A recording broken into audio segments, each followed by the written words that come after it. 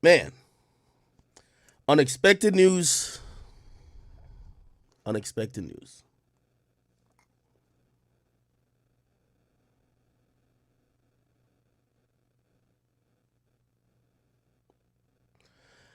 Um, I think the first thing to start off and say is that life is very unpredictable. Um, 12 hours ago or 15 hours ago, I don't think no one could have predicted that that's how their night would have ended up, and I don't think anybody in rap could have predicted that we would have lost one third of the Migos and one of the most talented people in music. So I preface everything I'm gonna say here and everything I'll ever say about this off the fact that we're armed with mad more information. We're also hurt, so we're pointing fingers, we're looking into shit. But life is unpredictable, and the same way how you could just walk outside and some crazy shit could happen. Essentially, Takeoff was killed by a stray bullet. It's random. Sure, we could go down the rabbit hole of could it have been avoided? Of course, and we'll talk about some of those things. But just a very sad story. So obviously, if you've watched me over the years, I've had a lot of love for the Migos, and every single time a rapper dies, it feels like it's you never really get numb to it. Even though sometimes, by the way, like you don't have to have like a real personal or like me and Takeoff, we weren't like chopping it up every time on the phone, but I think even you guys probably feel a little bit because even as fans, you become close to these people and you develop a genuine love for them. It's crazy that off the top of my head, I'm like Jada Youngin passed away this year. PNB Rock passed away this year. Takeoff passed away this year. And that feels like those things only happened within the last 2 months. It's crazy.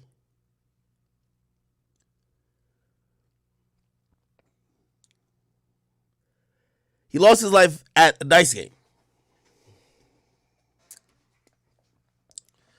And I know today everybody's like villainizing dice games, but rolling dice with the homies is kind of part of culture, bro. And Migos are culture. Now, we all know there's some other shit that happens. We hear about dice games getting robbed. We hear about people losing, not taking it well. We hear about altercations. So it's hard to just Monday morning quarterback it. Like, you know what I mean? I seen somebody say something which I was like, that's a good point. But then you think about it, like, it's not really that great of a point. Which is like, yo, listen, if all these niggas are rich and they love gambling, nigga, go to Vegas. You get nice security around you. You have, you know what I mean? You're getting wined and dined and taken care of by a nice place that you could gamble away your millions if that's what you choose to do. And you can be safe. That sounds good in theory, but really, niggas love gambling in the hood. Let's keep it real. Anyway, I'm gonna try to walk through some of the details that I'm hearing. And by the way, I also want to preface everything I'm saying. I don't want to put no accusations on anyone. So I understand the power of my voice in the fact that I don't want anything I'm putting out to alter who you think did this or who you think is responsible. Because as is the case with dealing with grief, we often look for someone to blame. We're gonna look for somebody to blame, and without being there, without knowing every single detail for a fact, and also without knowing who did the shooting,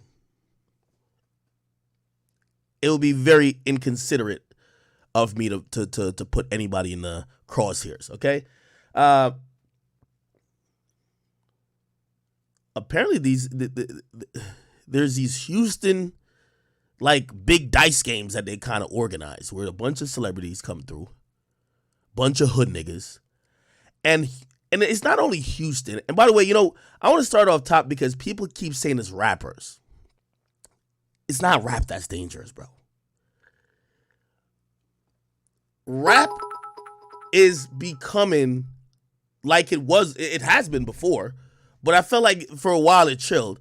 But it's becoming so closely tied with the streets that what would normally be things that were just happening in the streets, that's always happened, by proximity is happening to the rappers that we love.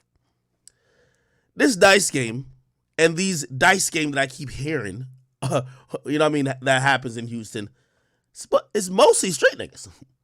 So it's not a rap thing. It's mostly street niggas there. Niggas who get money however they get money. Get some chicks there. Celebrities come through too. I was looking at, shit. I was looking on, I don't want to put no names out there yet. But I saw people shouting out the people that were supposed to be there. And some were boxers, athletes, some dudes who look like they, scammers. They're supposed to be rappers. So it's like a bunch of people. It's whoever who get money. It's nigga shit. Houston's an interesting place, though. Because even though, I live in Jersey, and I love places like Houston and Florida, places where weapons are more, again, the reason, I'm one of those people, I love the right to bear arms, But in certain places, and we're seeing it in Atlanta, everybody got a gun. Now, sometimes it ain't nothing wrong with everybody having a gun until you get into situations where there are heated tempers, maybe alcohol, and people losing money. Shit could go left.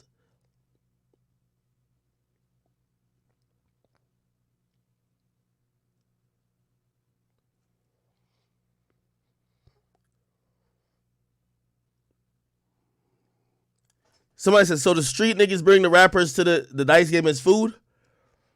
I won't. Listen. Also, I'm going to be a little bit guarded in my talking. I know you're not used to that from me. Because nobody else is going to really, there's certain street niggas who literally, they run the rappers. Let's be honest. I know the rappers are, they proclaim to be the gangsters, but there's certain street niggas who run the rappers. You know what I mean? Don't let that go over your head. But when you see usually street niggas and rappers mix well together, whether you're seeing them in certain nightclubs, whether you're not going to see it's not just industry people. This is street niggas and rappers mix very well. And don't get it fucked up. The rappers ain't the only one with the money. The street niggas got the money too. So it's not like a bunch of broke niggas and then the rap, there's a lot of stuff going on. So the story that everybody's going with is that Quavo is rolling die. And he's rolling dice versus someone, and I don't know, or something, I don't know. And he's losing. He's losing a lot. Well, not really a lot, but keeps losing. I try to get a number on this. From what I heard, might have been less than 20,000. I know it's a lot. That's a lot of money in comparison to the wealth that Quavo, Takeoff, or the Migos in general, or a rapper of their stature has gained. 20,000 is light work. Okay, I see people say, yeah, I seen the 7K thing, yeah, but I'm just. Somebody said it was 17K. I'm hearing 7K. I'm just going to say under 20K, right? However, and this is what they're saying, and I want to be very cautious with letting y'all know I do not know this to be fact yet. I'm trying to talk to a few people, but this is one of those situations. I'm going to see how it plays out, but everybody there knows what happened, but no one's really, this is why I know there's mad street niggas there. No, ain't nobody really singing. Ain't nobody really dying. I think there's a message that leaked. I think it came from a girl. You know what I mean? The chicks always gonna run their mouth. All the niggas there, like, them niggas like, shit, I'm on a warrant. I ain't saying a motherfucking thing. Matter of fact, I wasn't even there. There's certain niggas who was there. You could see them in 4K image. They're putting up statements. I was never there. You don't gotta be a rocket scientist to figure out why they're saying that. You know what I mean? But yeah, so they're saying Quavo's gambling, and Quavo's losing. And Quavo's starting to get a little bit of attitude. He started getting a little tight. He's upset. He's perturbed. Except, this is probably the worst place to start getting a little bit, rappers have a little ego. It's probably the worst place to do that, since you got a bunch of street niggas around you. Nevertheless, Quavo got people with him too. By the way, there's a video. I'll see if I can put it up now.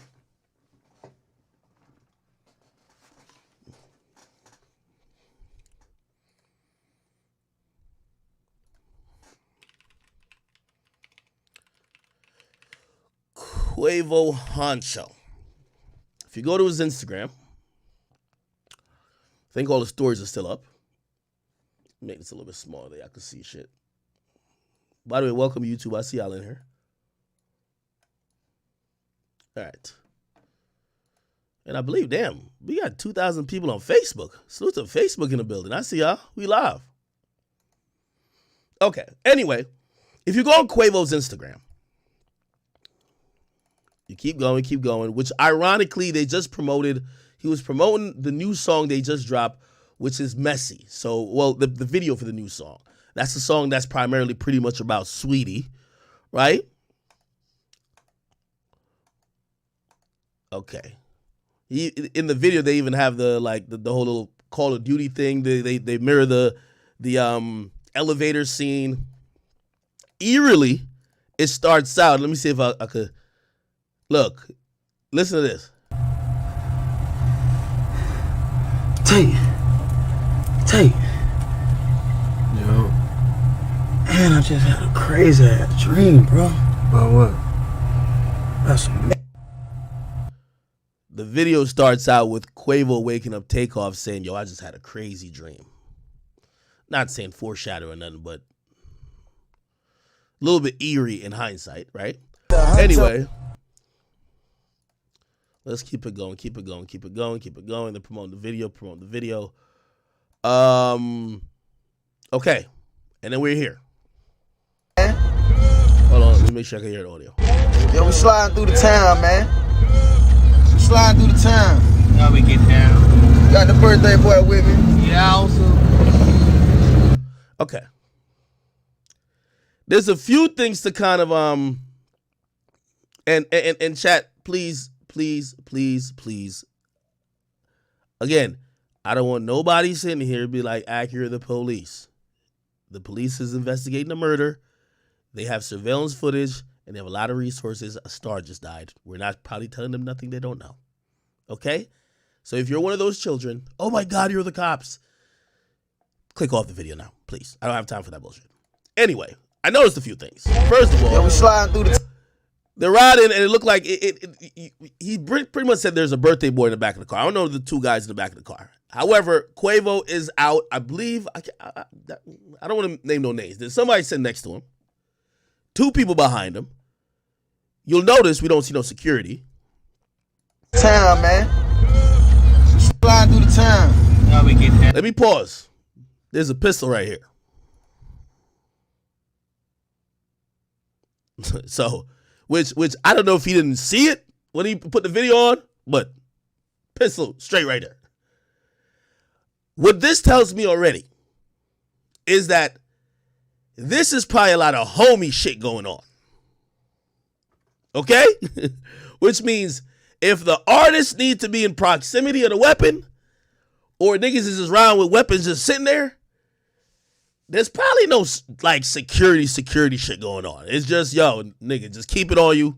And yeah, we got a bunch of niggas with us. We'll be straight. Okay? Now, granted, this is Texas.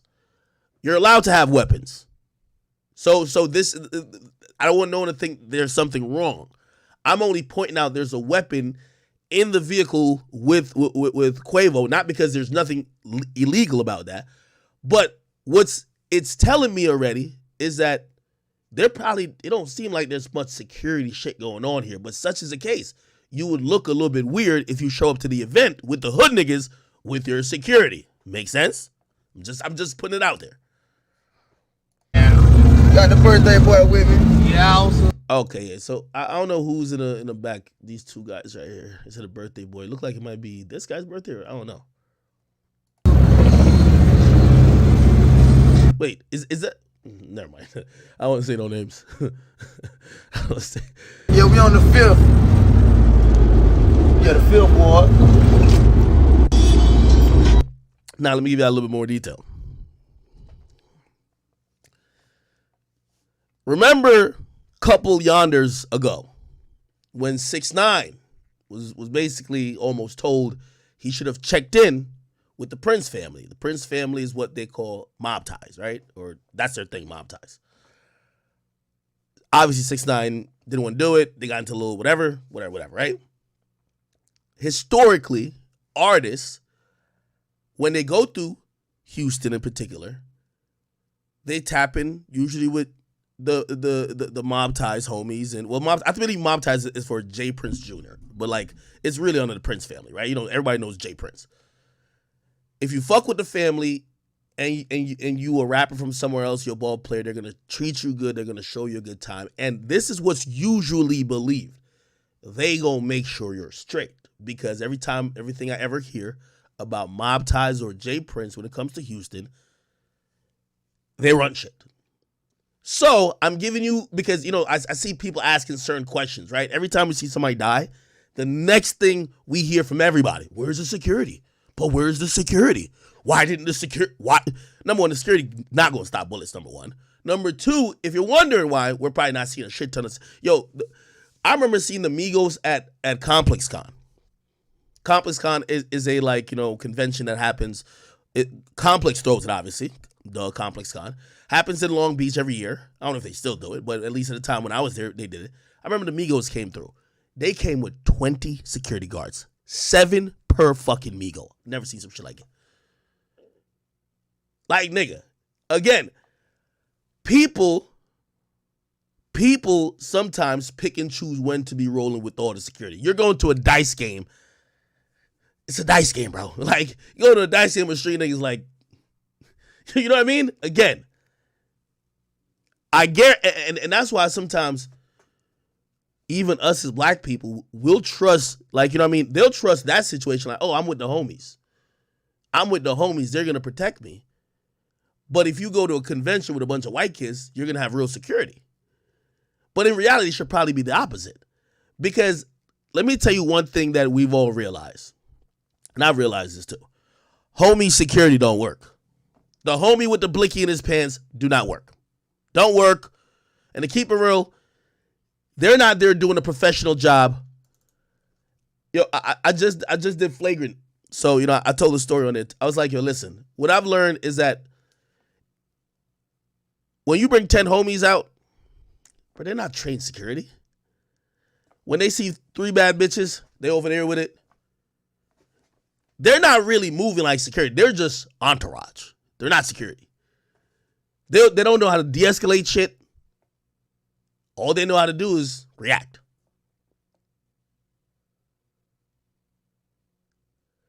Now, I see some people say, yo, if y'all believe 1 or 2 niggas can run a whole state, you green or whatever. Hey, listen. There's nobody I've heard that challenged the whole mob ties or J Prince situation. I don't know what's going on down there in Houston, but all I know, that's J Prince territory, and I'm going to leave it as that. Okay, my nigga? I ain't never seen nobody challenge it. I ain't never hear about no ops. I just hear that nigga run shit. I'm going to just leave it at that, okay? Let me just keep it 100, all right? And Houston isn't a state. For you know, it's clearly a city within Texas, all right? Somebody says Youngboy did. No, J Prince popped up with a nigga keys like, remember these? Your security was sleeping at the door. See, that's spooky. All I'm just saying, yeah. Anyway, I'm kind of giving you the, like, you know, we're doing a slow walkthrough. I'm giving you the energy that I believe was leading up to the night. I bet it's a bunch of real niggas hanging out. This ain't the thing. You probably need a bunch of security. It seemed what they said, it was a private event. So it's not like any nigga could have came in there. So you had to know somebody or know somebody that knew somebody to really be there. And obviously they probably invited some attractive women to help the ambiance of things.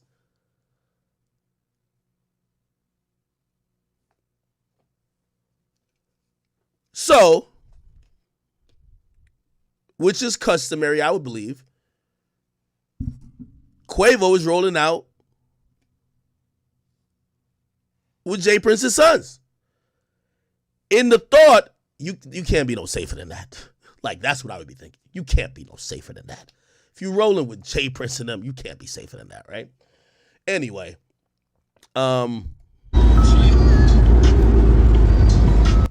Like that motherfucker now. damn, what type of car is this? Got one for you now. I got a 6'1" coming home.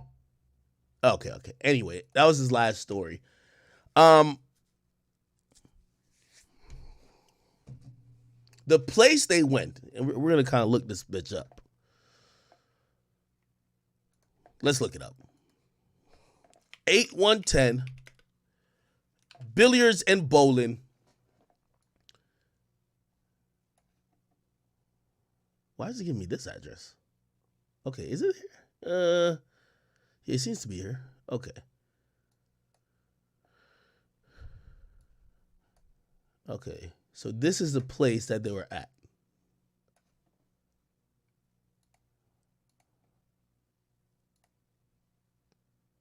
Okay, yeah, this looks familiar. Okay, now let me go to Hollywood Unlocked.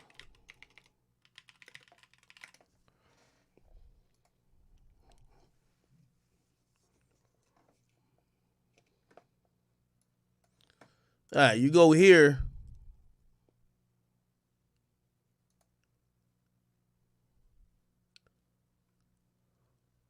This place looked like it was in a shopping mall. I'm gonna look that up in a second. But here's some pictures from the night. So this was Takeoff. This was what he was wearing.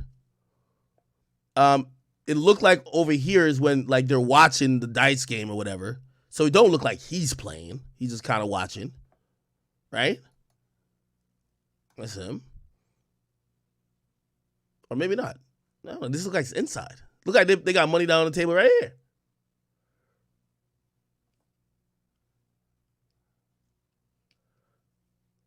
Anyway, to point and identify who's who. That sounds federal, don't it? To point and identify who's who. Well, anyway, nigga, yo, you see Quavo right here. I believe right here is Jay Prince Jr. The rest of these motherfuckers in here are either like just entourage niggas or just get money niggas. I'm gonna just leave it at that.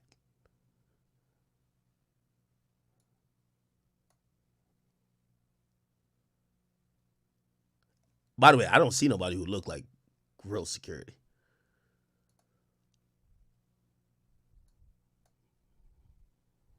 And this was supposedly the last picture he took.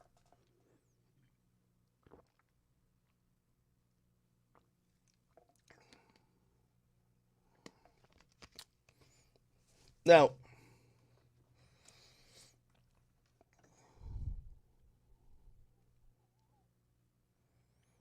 all right. So to address the and it's run, everybody's seen this through like this little text message shit, right? So this is what's said. Quavo's in the midst over there, right? Or yeah, so Quavo's in the midst over there. They're still rolling die or whatever, and motherfucking, he's losing. He's getting upset, and he's a little bucking on the other nigga who he's like playing against. The dude ain't really going for that. And apparently, and this is where like it's unclear, they're saying that a weapon was drawn. But they kind of feel like it was somebody on Quavo's side that drew the weapon. Or they saw the other nigga drew a weapon, so they drew a weapon too. And essentially, which, I boil it down, they're saying that they believe that the shots were fired first from somebody allegedly with Quavo. And it was, first of all, that's another thing about having that homie security. These niggas don't even know how to really use a gun. You know what I mean? Like, you got to imagine, like, you could just buy a gun, like in Houston or like even Atlanta. The niggas just shoot 5 times rampantly, right? Like, just probably got over his shoulder. Like, niggas not even looking when they shoot, you know what I mean? And one of the bullets supposedly hit Takeoff in the head, and I heard the other group return fire and may have hit him also in the neck, which sounds crazy. Like, imagine catching 2 straight bullets.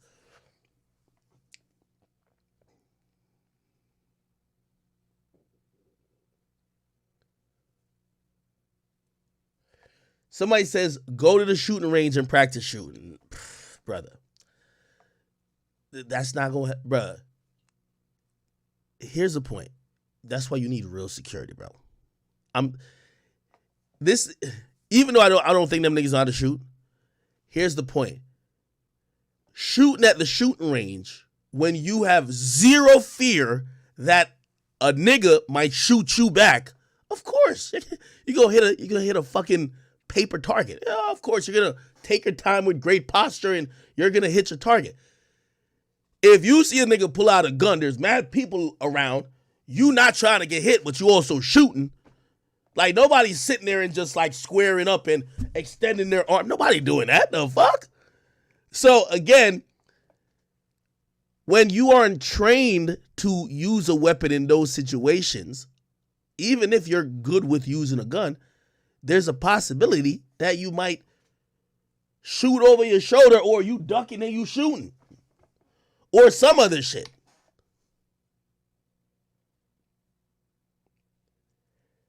That's why usually if I'm going somewhere and I'm getting security with weapons, I'd rather have an off-duty cop. Because they actually train for a situation where they might have to use a gun if somebody else brandishes a gun. Because I'm hoping this ain't true, by the way. You could imagine how everybody feels if this is true, where somebody who was with Takeoff essentially ended up killing him on some, random errant shot. That's the worst feeling in the fucking world.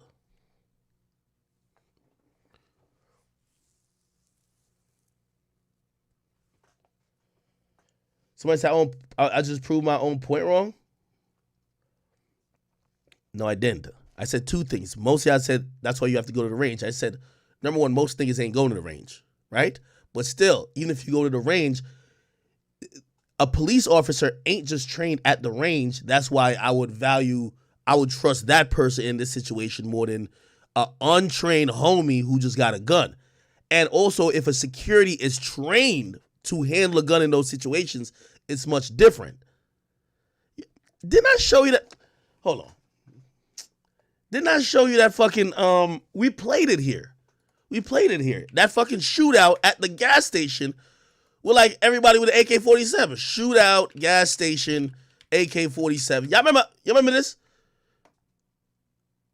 The nigga pulled out a gun like a weapon wheel, bro. Like, put it like this. These niggas don't give a fuck about posture. Nigga, these niggas are trying to fire some shots and dip. Nigga, these are wild shots being fired. At everybody. This is how you catch a stray. Look at these niggas. Look, these niggas shooting like this. Brother, you're not going to the range practicing shooting like this. But let a nigga shoot at you. I ain't gonna lie. These niggas over here like it's a movie right here. I ain't gonna lie to you.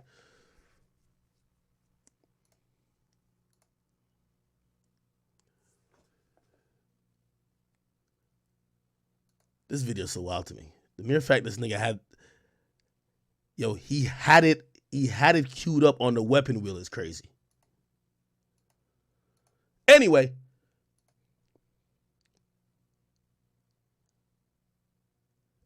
Look, both these niggas shooting, they're not even looking at the target, my nigga. That's the point I'm just trying to say, right? That's the point I'm trying to say. So let's get back to this. If Quavo and some nigga getting into it, you know he got his niggas with him, right? You know his niggas got some weapons on him, right? His niggas is obviously not gonna let it get too far with Quavo and the nigga. Maybe they see a weapon on the other side. They pull out as well. And from what I'm hearing, they kind of go in front of Quavo. So that's why Quavo also didn't get hit, right? Because supposedly shots were fired back too. So they kind of go in front of Quavo, right? And then they're trying to fire whatever, but the other niggas got guns too. So they're not just sitting there fucking just doing a fucking shooting range. Nigga, they're probably shooting and pushing that nigga and moving out of the way. Come on, man. Y'all got to understand what this is. We'll probably, and hopefully we don't ever see the surveillance footage. Like, there's a disgusting video. I hate these videos, man. I hate them, man. It's a video of him like bleeding out. And, bro, it's so sad at this point. I've seen enough of these videos that even if I didn't get the final confirmation, I'm like, oh, he's going to die. I remember watching GB Capo, and he was bleeding out. By the way, please don't go look at none of these videos. Don't research them. Hopefully them is scrubbed from online. And I was just like, there's no way he makes it. I'm going to be surprised. I'm gonna actually be honest. I was surprised that Little Reese made it. There was a video of Little Reese. It looked crazy. I was like, wow. It's gory, man. It's gory. The one with PNB Rock, man, that shit was just devastating, man. Just devastating. You know, unfortunately, I don't know if some of y'all are just like, so desensitized to it. These videos get shared a lot. I mean, shit, even the video, like people turned it into a meme when Quando Rondo kind of realized that his cousin died. And he was like, no. Like, people just took that soundbite and turned it into a meme. You know what I mean? Like, unfortunately, I did see the video with Takeoff. And, yeah, the pain and the excruciating pain and just hearing even Quavo's voice, like, it's unimaginable what he's going through and how hurt he is. I know Offset's going through it too, man. Yo, them brothers have a family disagreement. It's nothing more than that. A family disagreement. People being petty, people kind of like, well, I'm going to stay in my corner right now. They love each other. They love each other.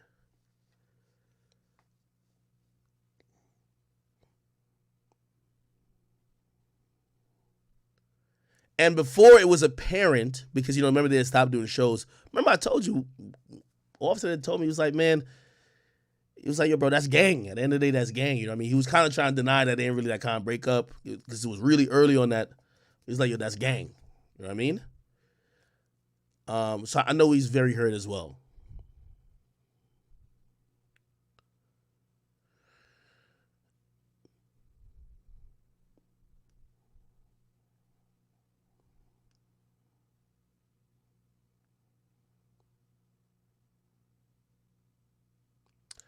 Yeah. Without this happening, Quavo had full plans of just moving forward with just being a duo for now. And if you ask me, it would probably take a while, maybe a year or two, for them to like really come back in. But I gotta imagine Offset's gonna be at the funeral, clearly. I would be shocked if he wasn't there, right? Not saying that's mending everything with them and they'll now just start performing as a duo, but it leaves the Migos in a very interesting and precarious situation. Offset already was trying to do the solo thing, but like a lot of your hits are group hits. And Quavo was going along with, well, at least we got 2 of the 3 out of here. So we got 2 of the 3 rolling with what we're doing. Essentially, we just have 2 solo artists now. I know that's very trivial. He just lost his life. I know it's very trivial. I'm just thinking forward. I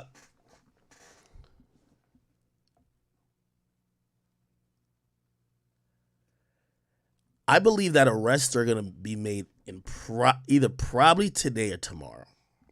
And I don't think nobody's going to really cooperate with the police, but I don't think they need to. There's just too much documentation. I ain't gonna lie. Like, yo, you can solve a crime from just sitting at your computer. You know, right? Like, all you got to do, you look at this picture. You know who gonna have all the footage? These two chicks right here. You find their Instagram, you solve the whole crime. These two. Let me tell you this, man. Anytime some shit happen, don't even look at the niggas' Instagram. Look at the women. They gonna have some chick got her phone up here with the caption, "Damn, Quavo losing all his money now." Trust me. All these people, one thing I realized, I could tell they have certain decorum about them because no one, like, obviously somebody did put out the video that of him bleeding out, which obviously clout chasing move, but nobody ain't really saying nothing, and everybody's kind of acting ghost. Everybody's acting like they weren't there. That's how you know they come from a certain place. Like, everybody's acting like they weren't there, and I don't know. Maybe some of these chicks probably even deleted their stories. But apparently there was 5 camera angles. 5 particular camera angles that could have captured this in part or whole. They're probably going to analyze. And let's look at the building. Let's look at the building, right? Yeah, this has to be a private party, right? Okay. All right. Oh, what the fuck? Yeah, sorry, I'm on Google. I don't know why those pictures are. Let me back out of this. Fuck.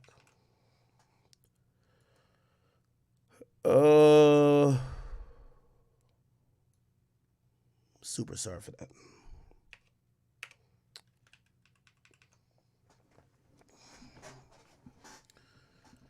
I'm gonna look up. I'm gonna look up like the mall. So this is the mall, right? So the full address, and I'm not being federal by putting the address. The address is Suite 21, 321. So that's the bowling and billiards, but it's in a mall, okay? And again, I apologize for that. I really apologize for that.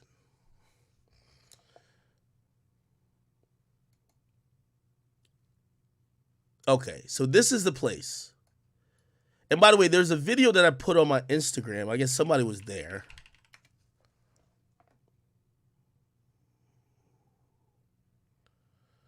Somebody was there. I guess it's a follower. The whole camera crew's out here. It looked like bro died. Like, right around in here. He died in here. He died in one of these buildings. He died on the second floor or the first floor. Yeah, it looked like a mall, right? It looks like a shopping mall. I see something orthopedics right here. Here's this, though. There's bullet casings that happen here. Like, there's some bullet casings here. So I'm trying to get like a visual. I can't pull up the picture of that place no more. I didn't know people have uploaded certain like disgusting pictures. You know, I don't want to trigger no one. So, fuck, I'm gonna do this. I'm trying to give y'all a visualization. This is downstairs. So they're marking bullet casings, right? Which I'm guessing if you've been to any mall, right? You have the little hallway part, like let's say it's the second floor thing. You have the hallway part, stores on the side. I'm guessing like the hallway part, there's stores on this side or whatever, right? I guess the billiards place is right here. Like we see a picture of them inside with money on the table and everybody was standing around. I don't know how it kind of got to outside. Shit, hold on real quick. Hold on. I'm getting a call. Can I play anything real quick? Oh, all right, I'm going to play Boosie. Give me 1 second, chat. R.I.P. Takeoff, bro. Shaking my head, man. Humble nigga.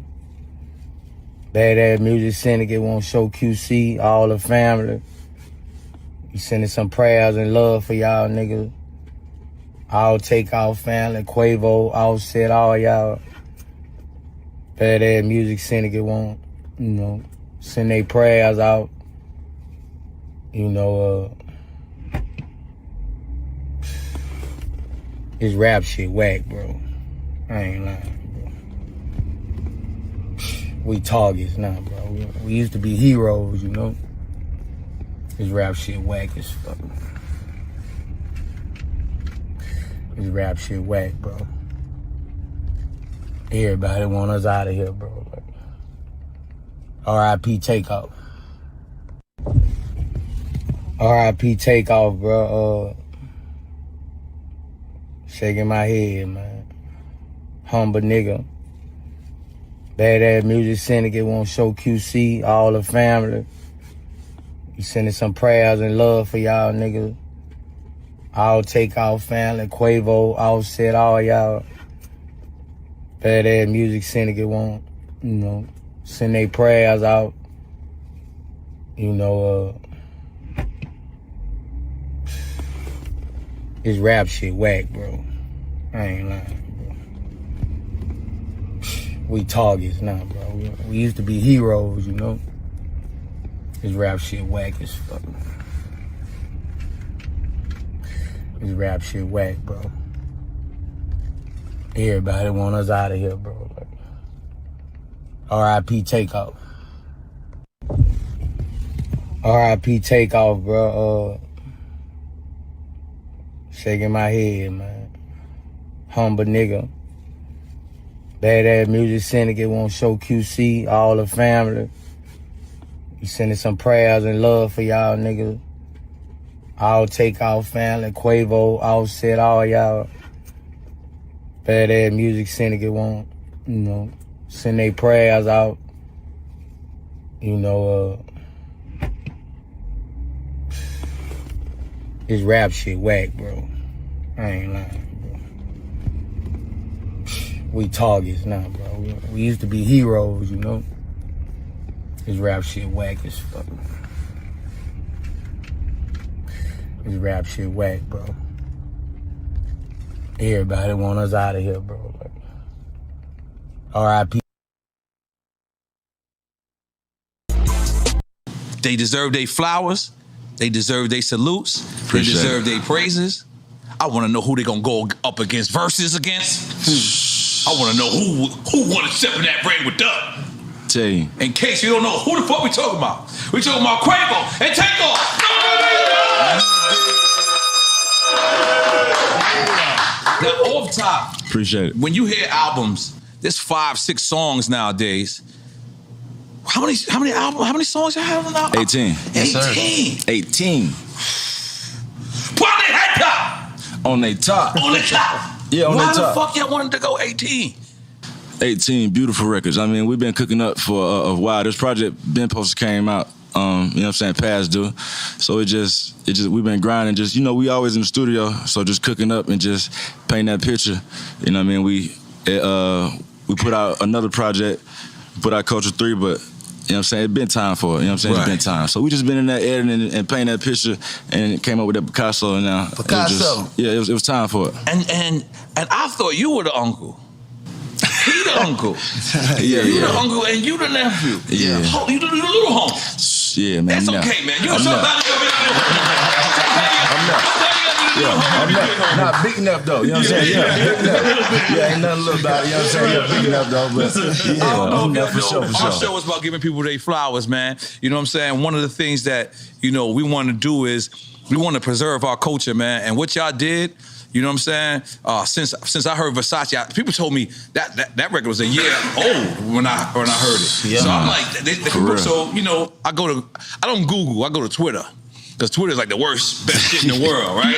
So I went and we said we got y'all coming on, and people was like, yo, you know, they just made the 10-year mark, and I was like, really? And I was like, but they were saying so. Some of the fans were saying, a lot of people, y'all just heard of them when Versace dropped, but they been grinding on it. Yeah, they be die hard. They get mad at you. You say you Versace fan, they say, nah, you knew. You feel me? We've been on them since Bando. They'll go hard. Yeah, they crazy. But you got to realize, people from the outside looking in, that's probably not from Atlanta, that probably ain't, you know what I'm saying, Yeah, know everybody the catch. work.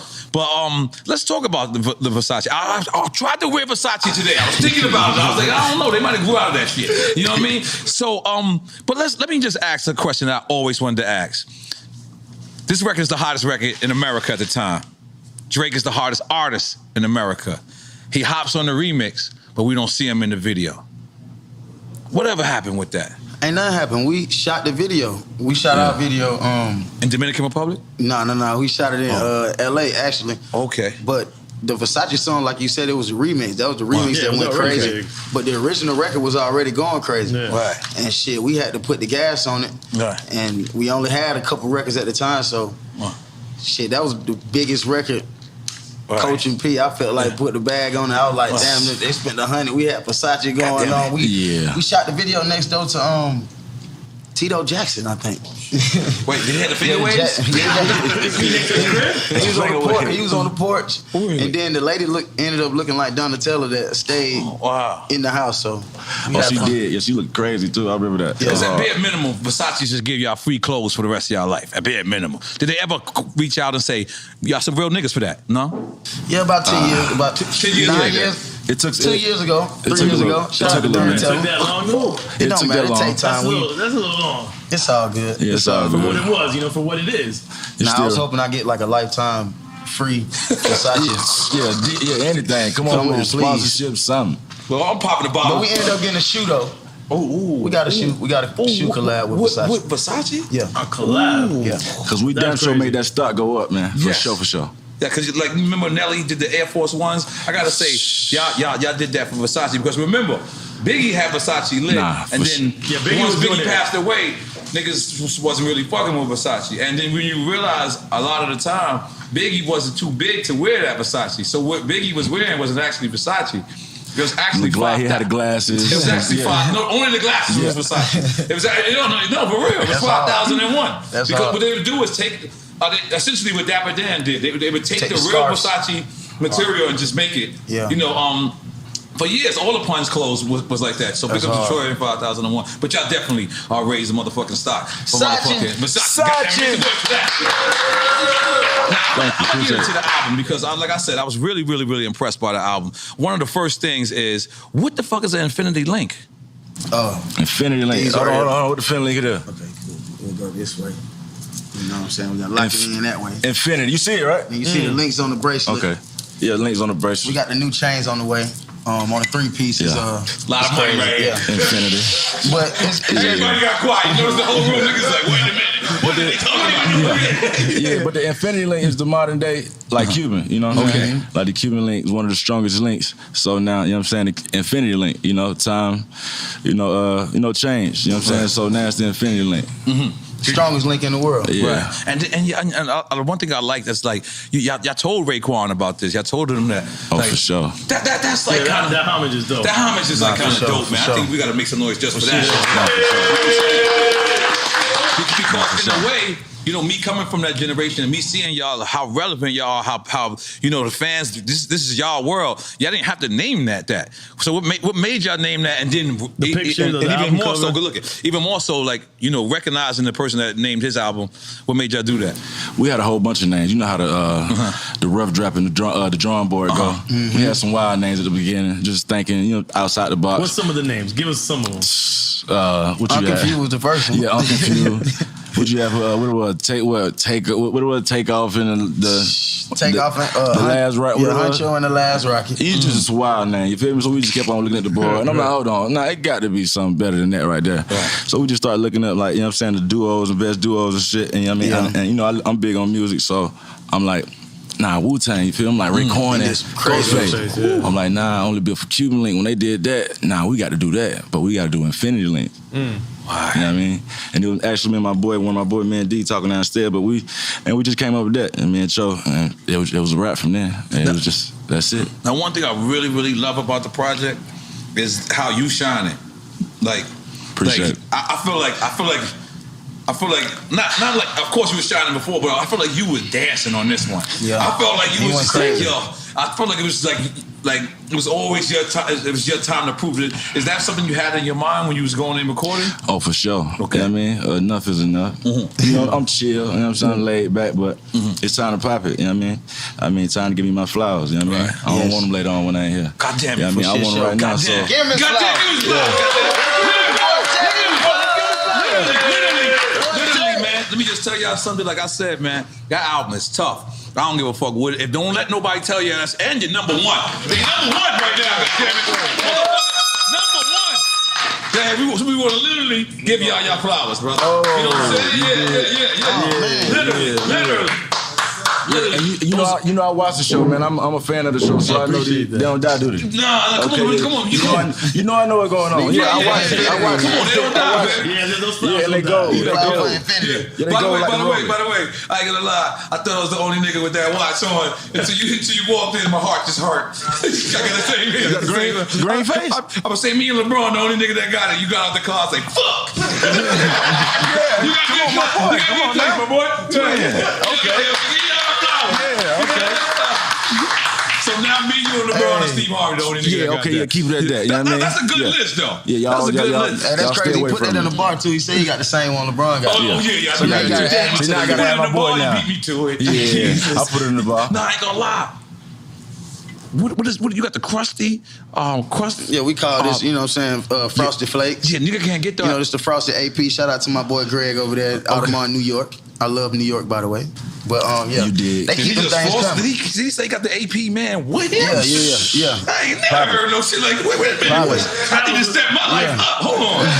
The niggas hang out, or they just stay in the store. Wait a minute. She be in the store with them. I start taking niggas to lunch for no reason. Holy shit! So hold on. Cause yeah, I ain't gonna lie. I got the 50th anniversary chronophone. I got that, but not the Frosty. I ain't got that. So you got it from Greg? Yeah, I got it from Greg. Okay, so my dog. Y'all know. Greg's right here. Let's figure out who Greg is at the end of the tape. Hold it down. Now, one of my favorite moments is when you guys was, I believe it was the Complex or something, at Akademiks. And Joe Black. What the hell happened at that time? What was he saying? He said that you wasn't on Bad and Bougie, and you said what? Yeah. What he was saying. He said. But the whole time though, that nigga was tripping, bro. Joe was tripping. Yeah. Oh, he was like, he was sitting up like he didn't want to interview us. Get out of here. From the jump. So we reading this body like, what the fuck wrong with him? We just waiting on him. We waiting on him to like, okay, we watching him. We answering the questions. Joe ain't saying shit. We just still watching Joe like, what the fuck he finna do? So he was hating. That's why. And so as he asking me the questions, I can't really hear him. I'm like on the last seat on the end. He talking low. I'm like, yo, what you say? About the second time, third time, I heard him probably the second time. I just want to repeat it again. Because you asking the question you asked, you feel me? Like what type of question you asking? So I hear it again, you feel me? It just made me like, you feel me? Like what? So do it look like I'm left off Bad and Bougie? First thing came in my head. Like nigga, do it look like I'm left off like fuck what you talking about, you hear me? Do it look like I'm left off Bad and Bougie? Regardless of what you hear on the radio, do it look like I'm left off. So I just went left, like do it look like I'm. And he just did. He dropped the mic. I just. When he dropped that mic. Ooh, I ain't gonna lie. It reminded me of the early '90s. I said, Joe, run! Like I said, this ain't gonna end good. This ain't gonna end. Niggas reminded me of me at that moment. I said, this is not good. This is not good. Go run, brother. And he caught on though. He did run. That's a good move, Joe. But yeah, so and then y'all made the line. If a nigga hating, call him Joe. But I always in the club, pussy. Holy shit, I wasn't ready. You gotta warn me. But every time I see like something happening in the club and that record come on, a nigga always just point to a nigga. Nigga,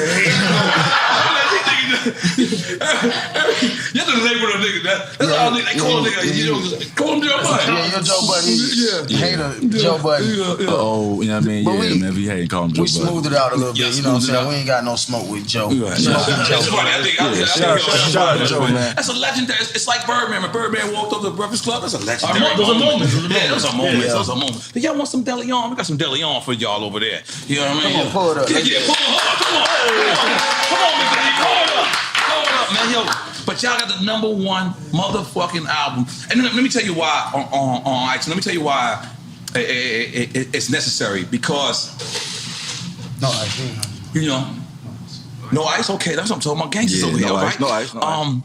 So what I'm saying is, you know, when change happens, like, you know, Mine's the opposite. I started out as Capone and Noriega, and then my partner got locked up. Then I was forced to do a solo album. But everyone doubted because they was just so used to Capone and Noriega. Did y'all face that type of adversity when it's like, everyone is used to seeing 3-man group, and then now y'all Raekwon and Ghost as opposed to, the Locks or something like, you know what I'm saying? Not really, because that's how we started. You know what I'm saying? Wow. He was locked up. When we came in, you know what I'm saying, we kept his name alive and just made sure we let the people know that it was just, you know what I'm saying, it was 3, then 2. Then he came out, and then we went up from there.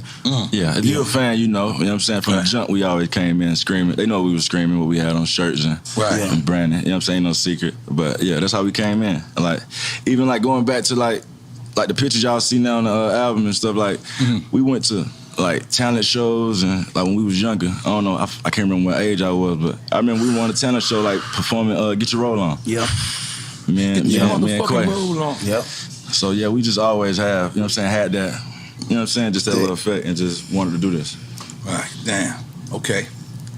Talent shows, so y'all really paid them dudes. Talent shows, niggas sure. sitting down in the basement, mama house, all this shit came out at like 5:30. The north side, like, really under my mama room and just going crazy. She was the only one to just let everybody come in and just parlay, kick it, and just make some motherfucking noise. So shout out to Mama Huncho. Okay. Love you, baby. Mama! Make some noise for Mama? Yeah, backbone. Right. Yeah, So, she keep it together. Let's take it to Tony Starks.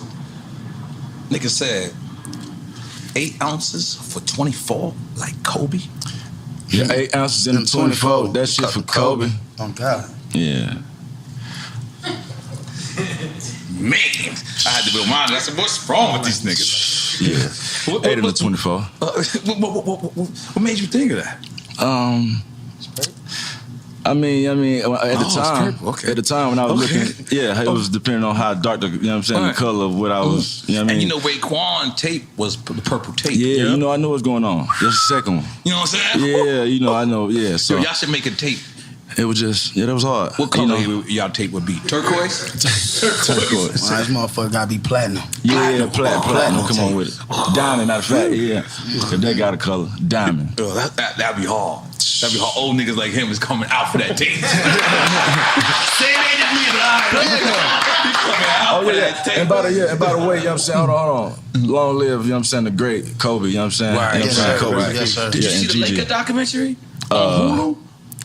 Yeah, I think I did. The new one? The new recent one is all about the whole Laker dynasty. Because I'm Nah, a I New gotta York watch. nigga that's a Nah, Laker I ain't fan. see I gotta watch the new one. Yeah, like Nah, I'm I like ain't see the that one of only, like a New York guy that's a Laker fan. And like I remember when LeBron made the switch.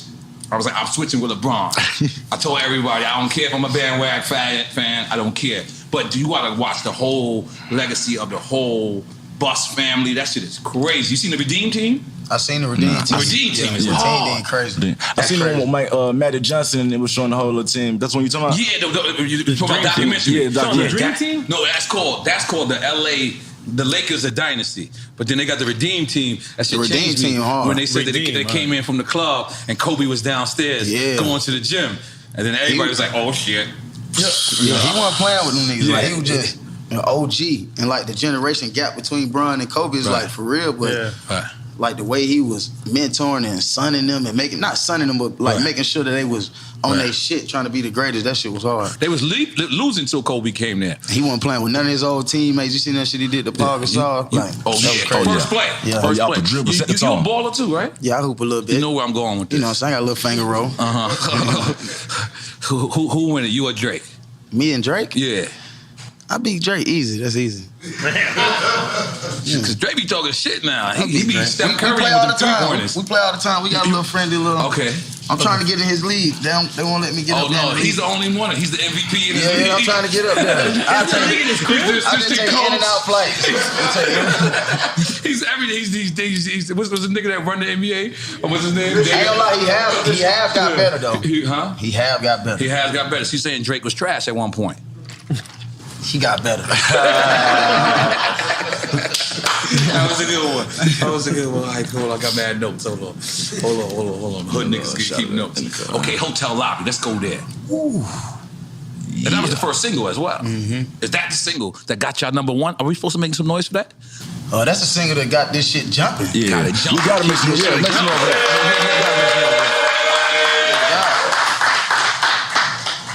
Okay.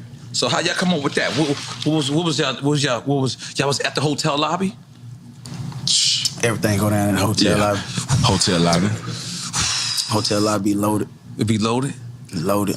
Yeah, she took a little schmixed with the chill out. Now she said she's seeing 3D. Wow. Yeah, it was wild night. I gotta stay away from y'all hotel lobby, I'll tell you that. I'm trying to stay married. I can look at y'all. Yeah. Bro, I can see I'm looking and they're like, you know what? They give me eye language, they answer like, come on, child. You've been out there, I've been platinum before, that's a fact. But how is the hotel lobby? Let's describe for a married man like me, you know, I'm probably not gonna see the hotel lobby in quite some time. You know what I'm saying? You got your valet. Yeah.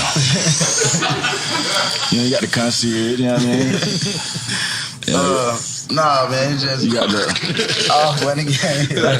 You got the black truck hopping out with 20, 30p, depending on how the day go. Right. 30-piece McNugget. Yeah. I never had a 30-piece. I don't think so. I don't think so. Maybe 30-piece. 30-piece? Hey, y'all got another lighter? Yeah, we got lighters. Come on with these lighters. Come on, man. Y'all embarrassing us. Look, come on, man. Bring them back down. I'm scared to keep this conversation going, so I'm gonna take it right back to the album. Bars into the captions. You gonna hit some of that? You gonna hit some of that De Leon? Yes. You did. Yes, sir. Bars in the captions. Yeah. Yes, sir. Now, I took that as every bar can be a caption. Yes, sir. Yes, sir. Like on a chick's Instagram or a dude's Instagram. Right. For sure. Right. Making the music relevant. I get it. That's how a lot of captions be nowadays. They be off music. You know what I'm saying? Off music bars and stuff. A lot of niggas take captions and make them a song. You know what I'm saying? Yeah, now, for sure, right now, too. we turning niggas bars into captions. You know what I'm saying? We taking what we saying for real in real life and putting them into our everyday life, which is on the ground. You know what I'm saying? How we coming. But that record and that beat and what we doing on it, it stand for Atlanta. This for Atlanta. This for Outkast. That's the Outkast joint, right? Yeah, this for the greatest duo. Come on, man. So fresh, Shout so out to clean. Buddha Bless. Crazy. He did the beat with me. And cause you know Huncho produced, by the way. I produced like 5-6 of them things. That's right. I'm trying to get a beat myself. Go ahead, continue. Yes, sir. Anytime. but that record just crazy, bro. Shit, man, this nigga Takeoff 3000 on it. Right. Yeah, man. Yeah, shout out to Outkast for inspiring. You know what I'm saying? If it weren't for them, it wouldn't even be that record. So They some of the best ever. you know, Yeah. I If just, Swiss or Timberland call and say, would y'all battle Outkast? Would y'all take that battle? No. nah. I respect that. I wouldn't take Out of respect. that. I can't take Out of it. respect, yeah. Yeah, nah. I wouldn't take that Out of battle. respect. Yeah, okay. Okay, that's real. Holy moly guacamole. See about it. Mustard. Yeah. Shout out to DJ Mustard. We Damn, always Mustard do. produced boy that. I Mustard. didn't count that. Oh, Yeah. I didn't know that was Mustard. That was the last, believe it or not, that was the last record on the album. He was gonna drop that on his project. I called him, I was like, man, matter of fact, we was in the studio one night in LA and we was just playing the song, vibing out. And goddamn, one of my partners was just like, man, y'all just made this shit hard as fuck. This got to go on the album. This is smash. So I He called like, I my know nigga. it's smash when I hear smash, nigga. He like, that's a smash, nigga. He just set on what he talking about. Yeah. I'm like, yeah, that motherfucker hard. So when we got down to like the last days of mixing, I called him, I was like, bro, you got to come on with this record. He like, hell no, I ain't coming on with this record. Hell no, this my shit. So I'm like, Mustard, I gave you pure water. You got to give me this record. He gave it to me and put it on this album, and this motherfucker is gone. Oh, they fighting over the record. Yeah, it's gone. God damn it. We fight over it. God We fight damn it. over records all the time. God damn it. So by the way, you owe him a record now. Or y'all leaving? Or y'all even? I think we even because we bust this one down the middle. Is it Quick Time and Slide? You want to go to Quick Time and Slide? Quick Time and All right. Slide. So you want to explain the game? Or, You got it. You okay, it really good. all right. I know how Quick Time is Okay, sliding. all right, cool. I know he So- might not know you want to break down Quick Time and Slide. He know. I know Quick Time and Slide, man. They finna ask us some questions. Pass Yeah. over the shot glasses. Yeah. Oh yeah. So if you pick both, if you be politically correct and pick both, you take a shot. If not, if you answer it straight up, then you don't have to take a shot. All right. But you Both know, or neither. Both or neither. He take a shot, but we take a shot with you. We don't leave you out there. You know what I'm saying? So I'm going to drink some. All right. What you drink? What the hell you drinking over there? Marijuana. Huh? Yeah. Yeah, I got some. Listen, you don't want to. No, They make the Dominican Amarana. It's Dominican, right? They make that in a tub and Kindle. Stop that, man. You don't want What is it? Whiskey? This was made with rum. No one knows what it is. It's called marijuana. I mean, niggas' mama don't even know what it is. Marijuana. We wondering with the book y'all drinking. Mama Wanda. I killed that. Shout out Mama Hurricane. I killed that. I'm a drink Ciroc. I'm gonna be honest with you. Yeah, Tiger Blood. No, Tiger Bone. You know about Tiger Bone? Tiger Bone. COVID retired Tiger Bone. That shit came from China for real. Maybe I shouldn't have said that like I said it. That didn't come off correct. Let me just. No, it's legit. COVID did stop it. But remember, Trump called it the China virus. Yeah, Trump is a China. Okay, before we get it, no, we'll come back to Kanye. We'll come back to Kanye. We'll come back to Kanye because Kanye is a whole paragraph. You can't just speak about him for. Oh, I got a shot ready. We didn't even start the game. Okay, go ahead. Shit, I'm bugging. All right, Gucci or Jeezy? Gucci. Guap. Yeah, Guap. Gucci. No explanation needed. Or y'all want to explain? No, he changed our life. That's right. Yeah, man. You know what I'm saying? Self-explanatory. Right. Yeah. That's Yeah, we what's up. locked in as family. Go ahead, eat to the next one. 2 Chainz or Boozy? 2 Chainz who? Boozy. Who? Boozy. Boosie. 2 Chainz. Yeah. I love Boosie though, Yeah, Chainz. but 2 Chainz. Young Thug or Gunna? Slime. Yeah, Thug. Thug. Okay. Hold on. I'm gonna take a shot, man. They both slime. Yeah, Free that's- both They of them, both man. lay together. Free them guys though. I'm tripping. yeah, Free them yeah, guys. yeah. Take a shot for They that. on the album. Yeah, And they both on the Yeah, both album. on the album. I'm getting to For that. sure. You can't. They together. Yeah, I'm taking a shot for them. Free, Thug and Gunna. Word. That got me outside now. Once it hit the lips. Yes, sir. Okay. All right. Snowfall or The Wire? Snowfall. Okay. Snowfall. Really? I never Y'all ain't watched I The never Wire? seen The Wire. Oh, yeah. I got into it. I tried to get into it, but I got to go back. Like, I want to finish it, but I ain't finished it yet. You got to watch it from season 1. Nah, I know it's cold. Nah, Snowfall is crazy. That's my man, John Singleton.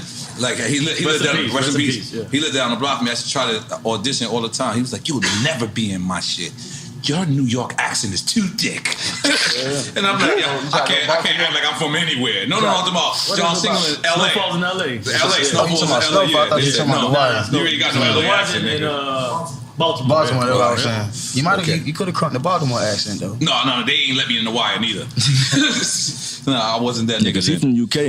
He sounded like he was from LA. Yeah, No, but he's a legit actor. That's a good actor, though, for actor. sure. I'm a video actor. I didn't know where he was Like, from. that's Crazy though, man. A lot of them folks are coming from the You know what I UK. mean? They can change their accent crazy. I didn't go to Juilliard. I ain't know you though. Word. It messed me up when I heard with it. the Juilliard, my man from Snowfall. Like, I hung out with him one day. He was like, "Hey, how you doing?" That's what. No way. I ain't know that. I see That's Chris not Snowfall. Franklin. Yeah, Franklin fucked me up. This nigga talking about he's London. What? Some hot girls in there tonight. That's That my boy nigga. Franklin, Definitely. Franklin Okay, crazy. Murder Beats or Zaytoven? Ooh, I gotta take a shot. Take a shot, goddamn. I'm with you on this one. I'm with you on this. Take a shot. Salute. All right, EFN, you want the next one? No. This is not it. I got this. You changing it up? Yeah. Atlantic or Motown? Motown, man. Tizzy, come on, man. Motown. Set y'all up, Motown. Set y'all up. Look good out there. I know some Tizzy. Motown folk in here. The I want y'all family. to feel good out this motherfucker. Yeah, Keep so- doing business with us. We like Know y'all. that. Know that. Ooh, that niggas is getting frisky over here. By the way, I ain't write these questions. This is my producers, the evil Dominican and the evil Colombian over there. I think they get high when they doing it. I'm just throwing it out there. I believe. Nicki or Cardi B?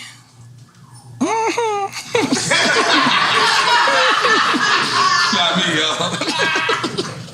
This is mad. I'm taking a shot. Some of these sinister laughing shit,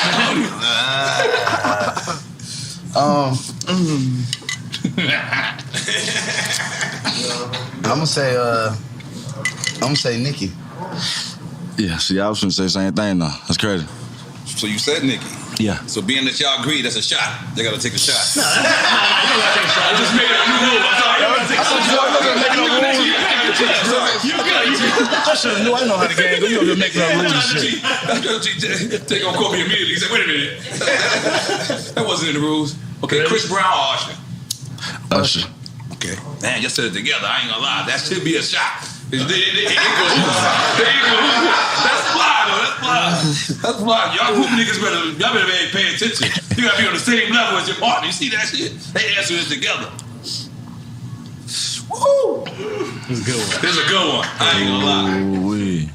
Dungeon Family or Wu-Tang Clan? Take a shot, just for hip hop. Or you gonna keep it home? I don't even want to know the answer unless you really want to answer. I want to say one, but I don't. I can't take that. I'm gonna answer because if I take another shot,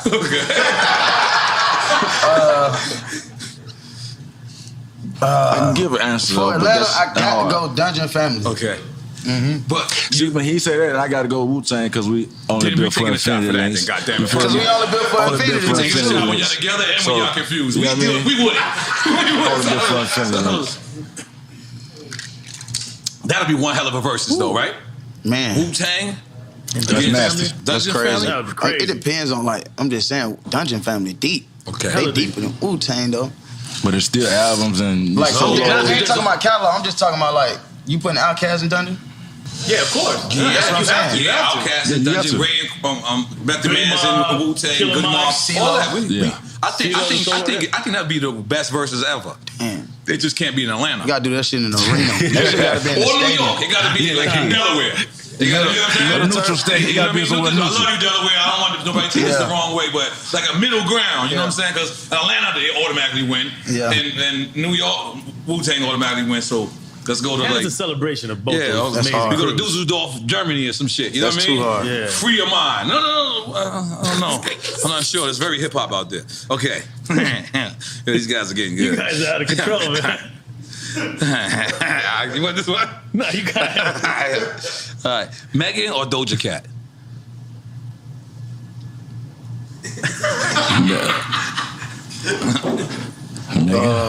Megan. Yeah, Megan. Okay. Drake or Lil Wayne? Don't you? Gotta go Don't you? both. Don't you? Gotta go both. You guys just take that shot, baby. Goddamn, let me fill up. Gotta go both. Let me fill up. I'm filling up. But I'm gonna with take you, a shot baby. with it. Yeah, take a shot with it. Both of my personal partners, you know what I mean? Yes, sir. Salud. All right, the next one is Death Row or Bad Boy? Death Riggedy. The Row. Okay.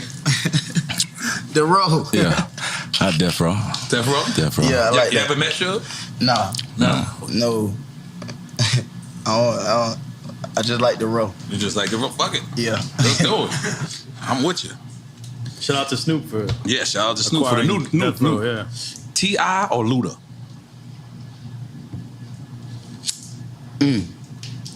T.I. I got fuck with Tip.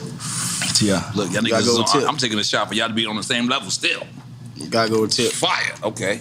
You want the next one? Kanye or Pharrell? Now, how you gonna ask me then? Just say it. My dyslexia is fucking with me. My bad. That's crazy. Oh man, we might have to take a shot for that one. Let's go. That's what I'm Yeah, talking about. yeah, yeah. Goddamn. 'Cause Join me. we got stir fry. Yeah, come on. For real. Yes. Yeah. Goddamn it. Salud. That's my Aries brother. You Salud. dig? It's Mama Juana's. It's a special version of it. That tub water, baby, got you. You got to take this next one. No, I'm skipping I that don't, one. I don't even know how to pronounce that. Yeah, it's not about the parentheses. Why you even put it in parentheses? Would you rather be loved or feared? This is these guys' questions. Love or fear? Yeah, I just said it. Love. Yeah. Love. The fear come with it. Oh, that's crazy though. Everybody 'cause- love you. Everybody gonna still feel you at the end of the day. What you asking to get fear, you don't get no love. Hey, yeah, That's you, crazy. Yeah, nigga feel you making, you know what I'm saying? Making nigga kill you and your loved one, you know what I'm saying? It can Everybody go that love you, they same ain't way gonna too. You touch get you. hurt, Right. and you can go that way. So that's both of them. Whose phone is it? Oh, so we saying both? Okay. No. I want love. I'm straight. Yeah, That's my mom. That's that's what my I'm saying. I straight. say both of them. All right, well, he's saying both. We got Mama, Drake. I'm on the interview, mom. Oh man, I forgot we got Mom. this. That's gangster. Come on, we gangsta. Calling my mom's right after this. What up, I mom? love you. Everything good? Jeez. Mama, so 1, fast. 2, 3. You know what I'm saying? You can't be calling you during the interview. You gotta pick up for your mama. You know what I'm saying? You gotta pick up for mama. That was you got fun. it, man. Okay. What you gonna drink? You said both. Oh, we said both. I'm mama. in. That's mama. And we drinking for mama. How we drink for mama? Drink. You gonna drink for mama? I'm throwing my phone in there like that. He crazy. We hold that. That's illegal. That's illegal. My bad. Okay, UGK or Outkast? Outkast. Okay.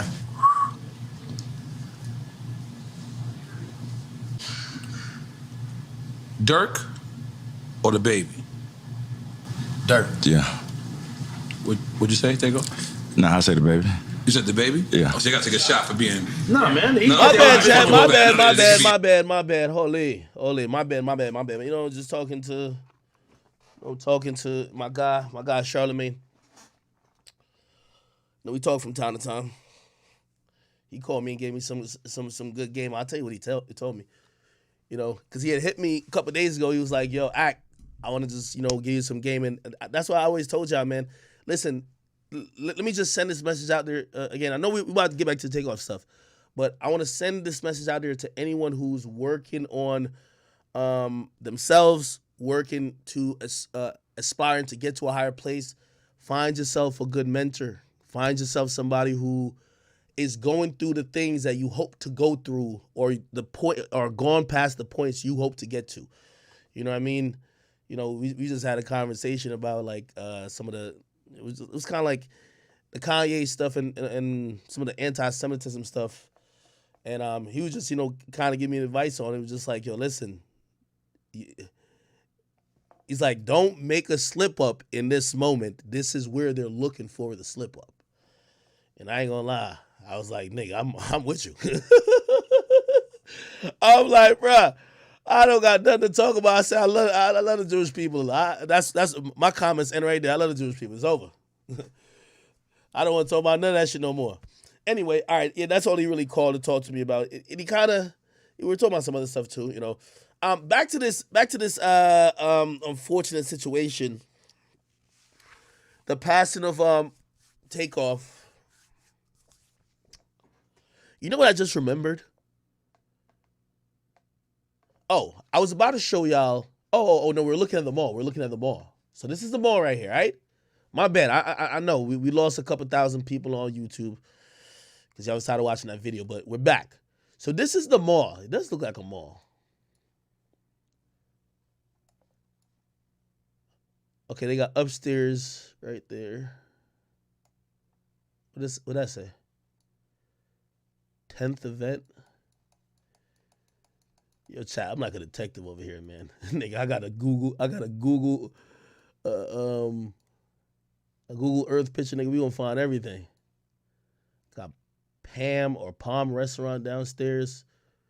It looked like on that video where the cops was picking up let's go back to it again. Where the cops was picking up the shells. So it looked like the shooting happened, and the spent shells probably went over like the little railing part and dropped down to the first floor. Y'all get what I mean? Y'all get what I mean by that? So, look, this is the old camera crews out here. It looked like bro died. Okay. So you can see the elevator. Let me find it right here. Yeah, it's right here. So look up here. You see right here? I'm guessing that Billard's place is like over here type shit. You get me? Like right over here. Let me zoom in for y'all. It's probably like right over here. Right? And then the shots get fired. The spent shells probably eject over here. So that's why the cops was marking the shell casings down here. Right? So Takeoff would have probably died up here. Somebody said enhanced. Like, nigga, what type of movie you think we on, nigga? And I want to screen some of these pictures before I show it. Out here. Yeah, I want to screen some of these pictures before I show it. I think I have another angle, but I want to screen it. I don't want to be I don't want to be I wonder if I could get a virtual tour of them all. Maybe I could get a virtual tour. Virtual tour.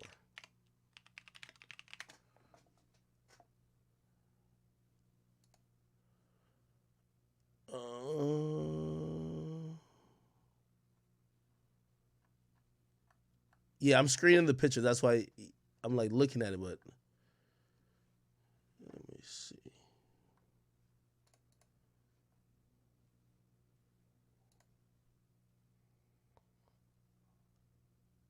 Okay, they have a Facebook page.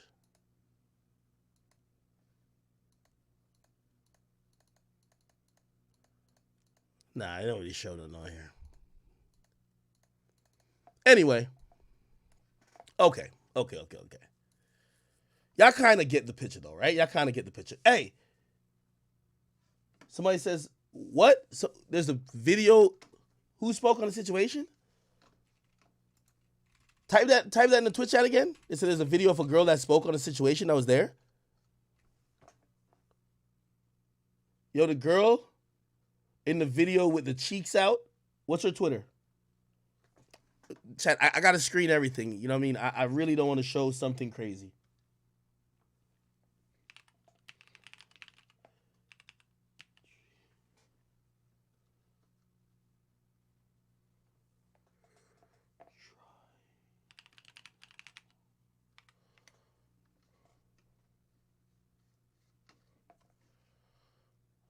Okay.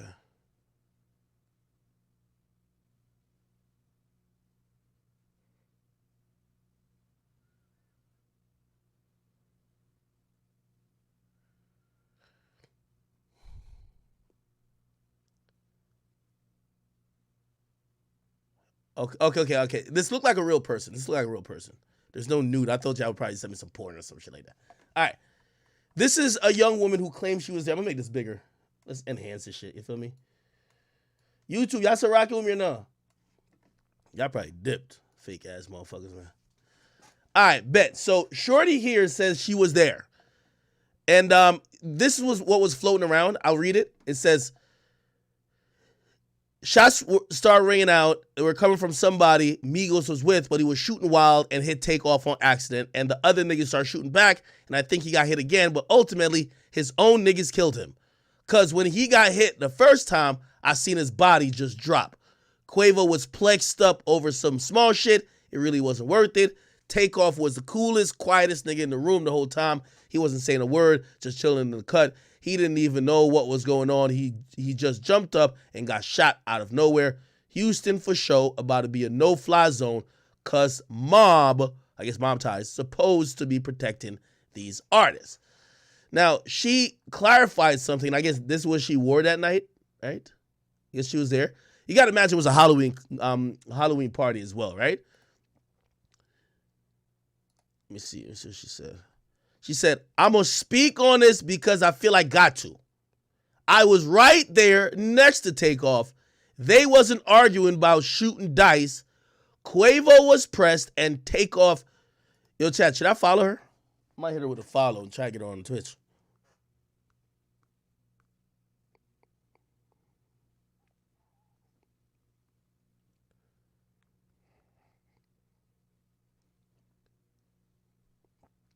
Or I know y'all little wannabe gangster niggas. Is that federal activity? Should I try to get her on here, or is that federal? I know y'all love saying y'all the same nigga who will be crying from one eye, but in the next eye you be like, don't snitch on the nigga who killed him. I don't even do it. I know y'all motherfuckers, man. Y'all be like, oh my God, I can't believe it happened to Takeoff. I'm like, y'all want to get the real story? I could get the chick on here. Nah, that's too federal, bro. That's too federal. Too federal. Nah, too federal. Nah, let's keep it in the streets. Okay. All right. Okay. This says, they wasn't arguing about shooting dice. Quavo was pressed. And Takeoff was hit by stray bullets, shot for no reason. Rest in peace, Takeoff. He didn't deserve that. He was to himself the whole night.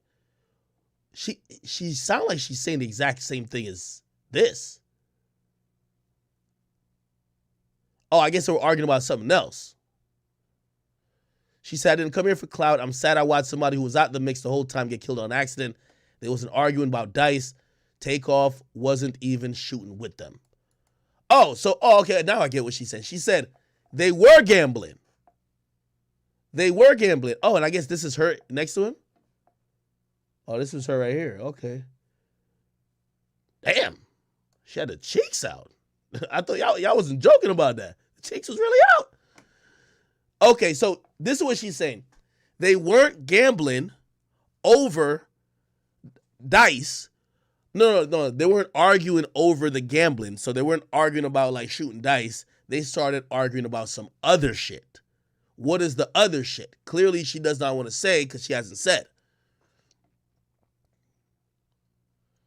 Somebody says, I didn't come here for clout.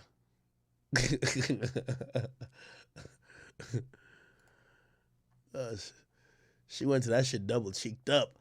Ain't nothing wrong with that though. She could try to bag a rapper. The hell? Okay. Did she say anything else?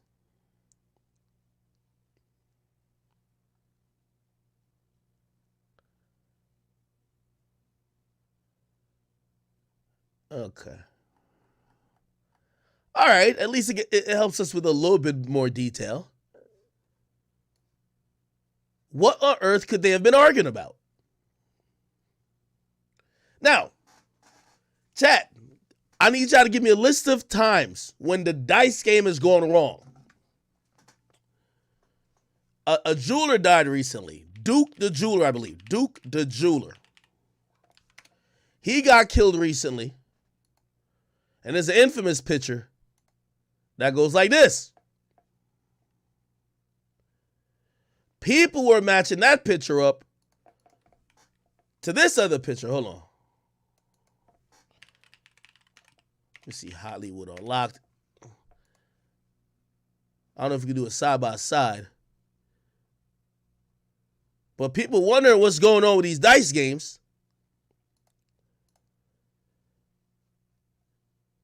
Duke the jeweler's picture right here. I don't even know which one's the jeweler. Here's the part that just don't look good. J Prince Jr. J Prince Jr.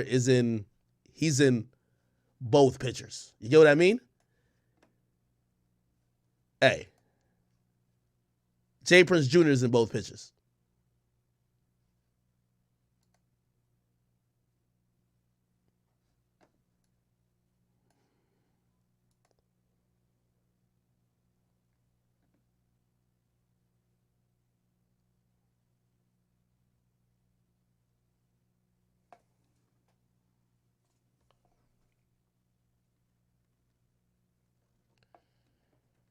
Who's this nigga with the gut? The lean gut. I wouldn't gamble against a nigga like this. I would think even if I won, I lost.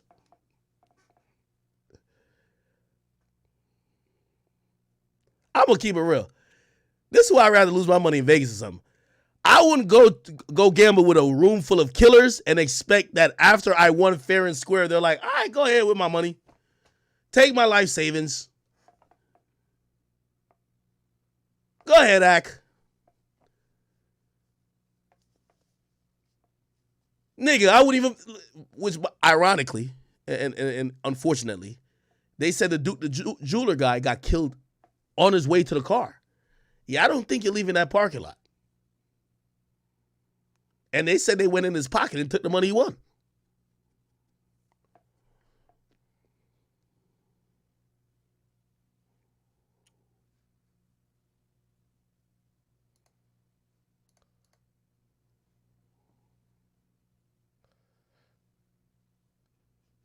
Quavo got a look in his eye right here.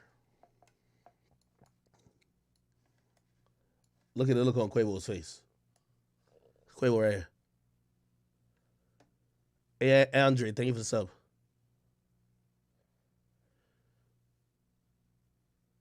Nigga, in this room right here, this nigga and this nigga, him and him, I don't think they're gonna willingly just let me walk out the door with $100,000. I don't think so. Which one's Duke the Jeweler?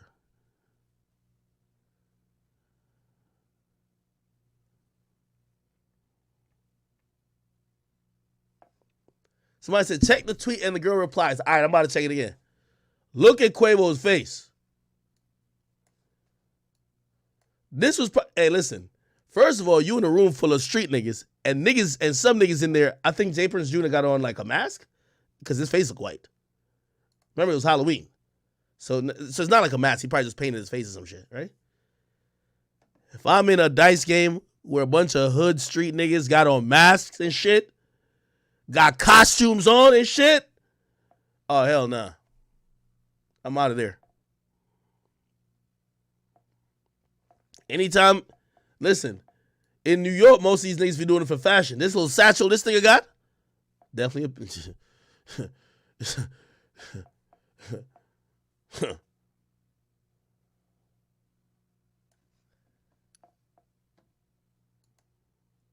They said, sure, let me see.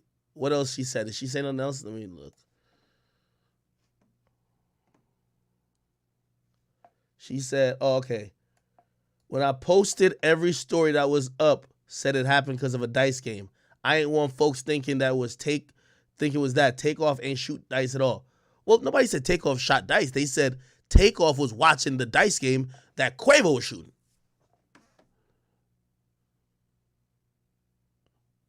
Oh, here we go. She answered. She said, what was Quavo pressed about? If you know, since you said dry beef and not over dice game, she says, they was arguing about fighting and basketball. What?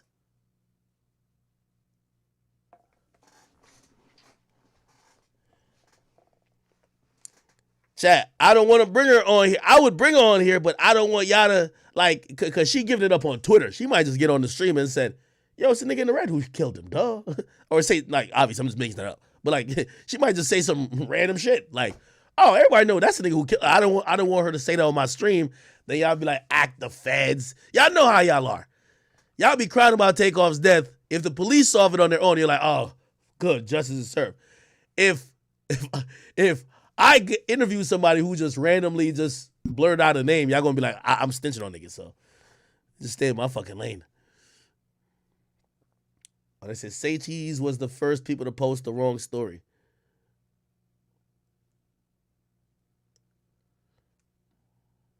Oh, here she go. Here we go. Quavo, wait, let me check. Quavo started having an attitude at the dice game, but they wasn't arguing about dice. He had been pressed. Okay. Wait now. Wait. At first when I saw pressed, I'm thinking pressed meaning like you're pressed over the game. Like, you know what I mean? Like you're upset. You know what I mean? But now I'm reading pressed to mean like somebody, one of the hood niggas there tried to press Quavo.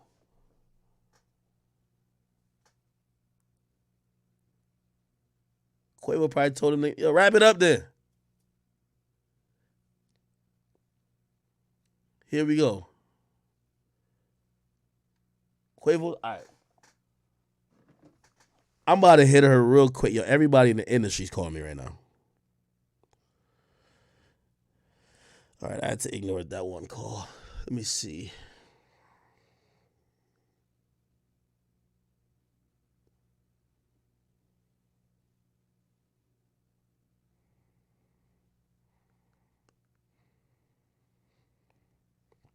Is that her?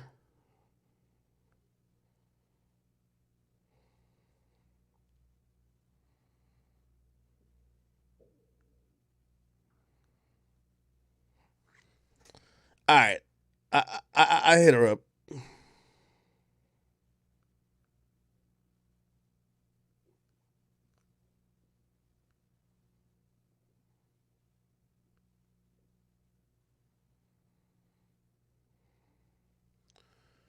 Okay. Here she goes. All right, so somebody says,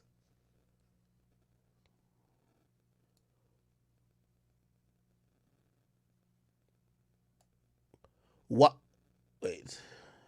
Why did you follow a bunch of men arguing outside? Your mama ain't teach how to stay out of men's business. Now you sad because you put yourself there. Okay. Now this is making sense. She was inside the bowling situation, right? Like, because remember, the billiards thing is a place. She was in there. People started arguing. That's how it got to outside. Okay. Because I was wondering, I'm like, are they shooting dice outside? It looked like they should have been shooting dice inside of the place, right? Let me just go to this thread real quick. My bad, chat. Okay. Let me make it smaller.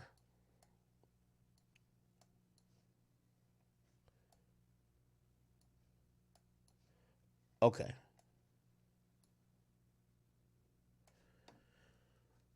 Okay, so somebody said the dice game happened before the event, sweetheart. So things started before they even got there, but go ahead. How does this person know? Let me just double click on this person's name. Oh shit, no, there's porn on that page. Fuck, I seen 18 plus. Let me take it off. Oh yeah, this is mad porn. Oh hell no, I'm glad hell nah.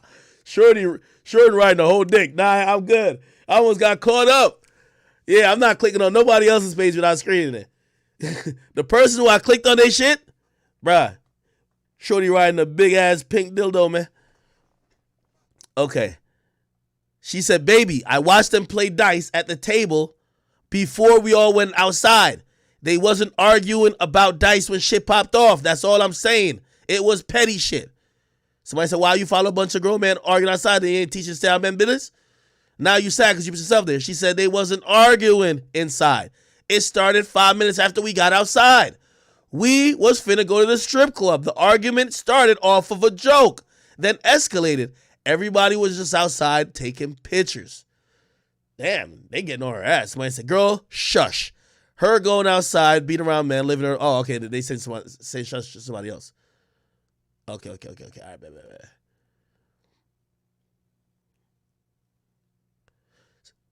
Somebody said she was happy to be there. She says, who was happy to be there? I was sick to my stomach all night and barely slept. I've never seen somebody get killed. Wow, that is traumatizing. That definitely is super traumatizing. Wow.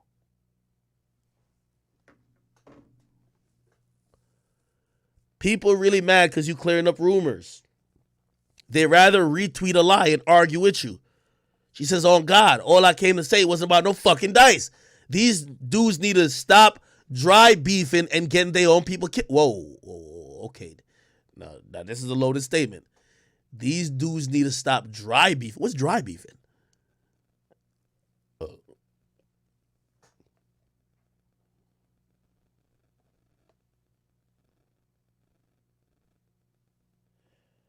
Lala the Donna. You says, wasn't he...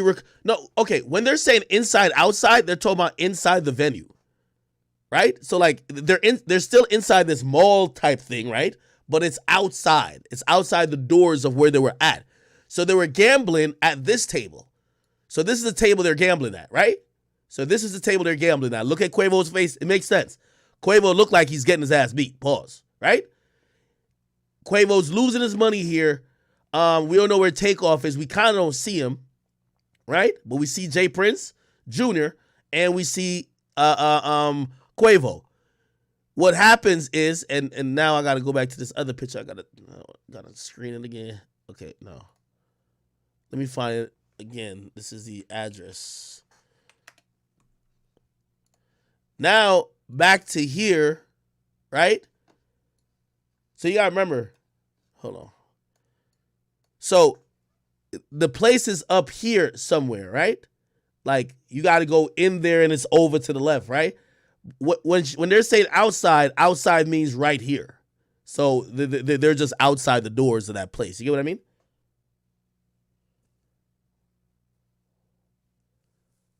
What the fuck were they pressing? Like, what were they pressing? I'm guessing. Okay. We're trying to put some shit together. This is what I'm doing a very loose interpretation and trying to figure out just off of the mini details I'm getting. By the way, I messaged Shorty. I'll tell you if she responds, and I'll tell you if I can get her on here. Quavo is gambling inside, losing a bunch of money, getting his ass whipped, right? He's a little tight, right? Now, this would make sense. You know how shit is. You ever play a game of basketball, y'all? And you play a game of basketball, even if you lose, like, you know what I mean? Niggas is talking shit while leaving type shit. And you talking your shit too. You know what I mean? Like, yo, like, whatever. So, Quavo got an attitude. You know what I mean? He lost some money. According to her, there were this right where they were was supposed to be, oh, let's take some pictures and everybody head to the strip club. Except as they're leaving, I guess the back and forth with Quavo and whoever is just kind of like, it's turning into more than this dice game shit. It's like, yo, nigga, like, oh, who knows? I'm making this up. Like, she said basketball, which, why the fuck would they be talking about basketball? Maybe Quavo's like, all right, what up? Yo, put all that money I lost on a game of ball. I beat you in that too. What's up? I don't know. Whatever the case is, right? Then it started talking about fighting. I don't know why they would be talking about fighting, because I don't think you fight for money, right? And I'm guessing now everybody's starting to be on that macho shit. You got to imagine people are also sipping. It's a lot of things going on. If you've ever seen a fight, or if you've ever been, well, I hope nobody's ever been around when shots get fired, you see how quickly some of these things escalate. It's a lot of ego. It's a lot of adrenaline, testosterone. You get what I mean? Money lost, they still talking shit. Whatever, whoop-de-whoop, blah, blah, blah, blah.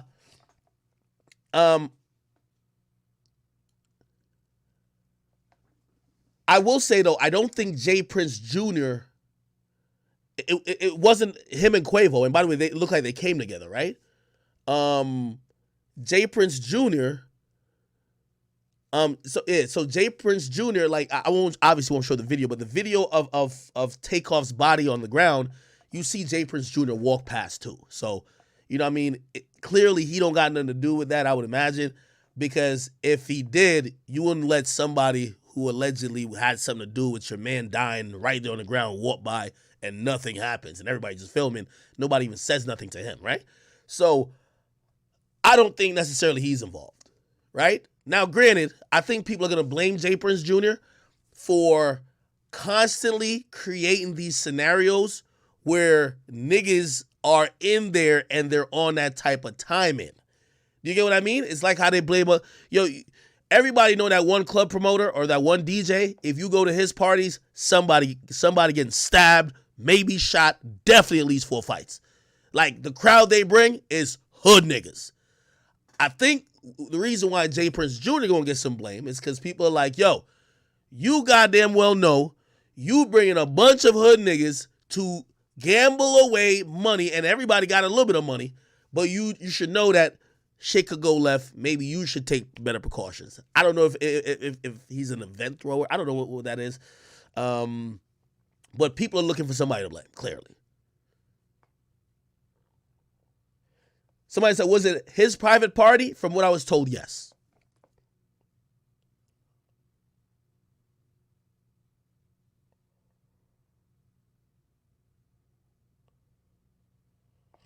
Okay. Y'all just making up anything. Okay, all right. Let's see if she says anything else.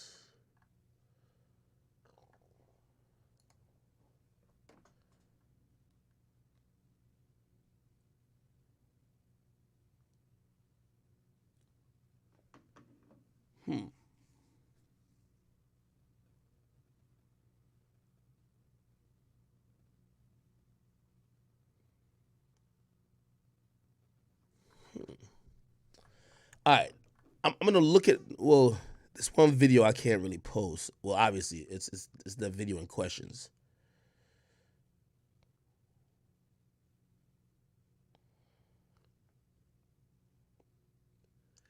By the way, it makes sense that it's not just solely over gambling, because I'm telling you, don't you see when the Super Bowl and all these games happen? Yo, the word is on the street, right? Lil Baby, Quavo, a lot of them rap niggas, especially Atlanta niggas, heavy gamblers. Didn't you just hear Lil Baby recently on the interview saying he lost $600,000 gambling in one setting while he was with like Drake and them niggas? Even though Drake was playing with the stake money, he played with his real money. Drake too slick. I ain't gonna lie to you.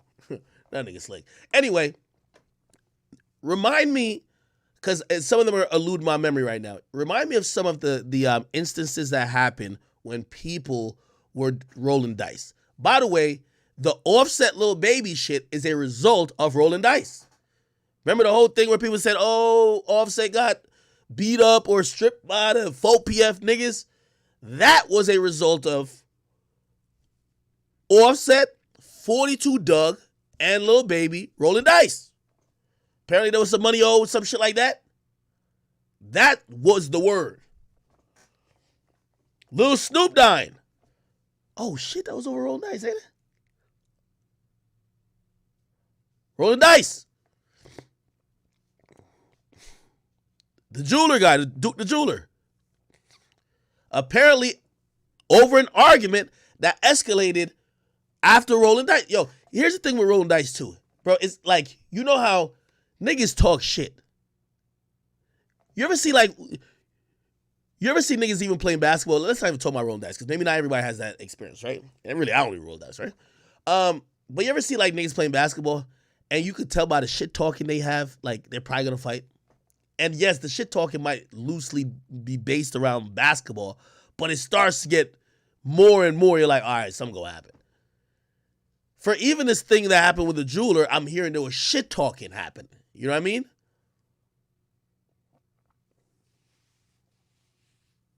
Yeah, somebody said Snoop was mad. Yeah, I thought Snoop was mad.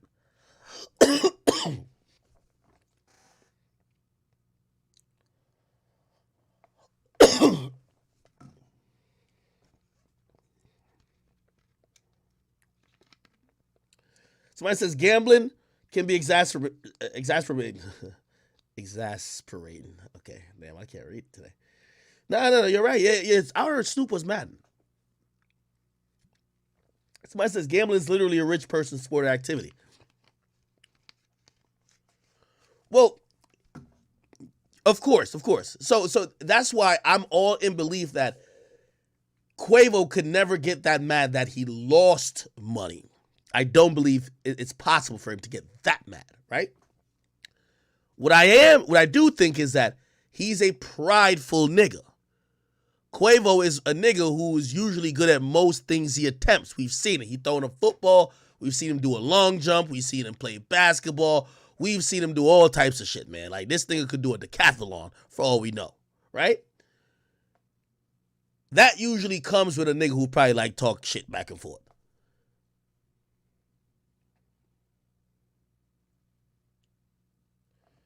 Read all the tweets and the replies. Gee, no, I just did that. I read that. They were arguing about fighting in basketball. That sounds natural. Yo, you ever lose to a nigga in one thing and you challenge him to a whole different thing trying to get your money back? It ain't really about the money. You just want to show that nigga that, like, yo, he got lucky or he ain't got shit on you doing some other shit. You know what I mean? You ever lose to a nigga in 2K and you challenge him to real basketball? Keep it 100. Just keep it 100. You lose to a nigga in 2K and you be like, nigga, all right, just play me on the real court. What's up? Let's keep it real, bro. It's ego, bro. Nigga beating your ass in a virtual game, you're like, yo, this nigga would never be able to do this shit. Yo, this nigga can't even jump.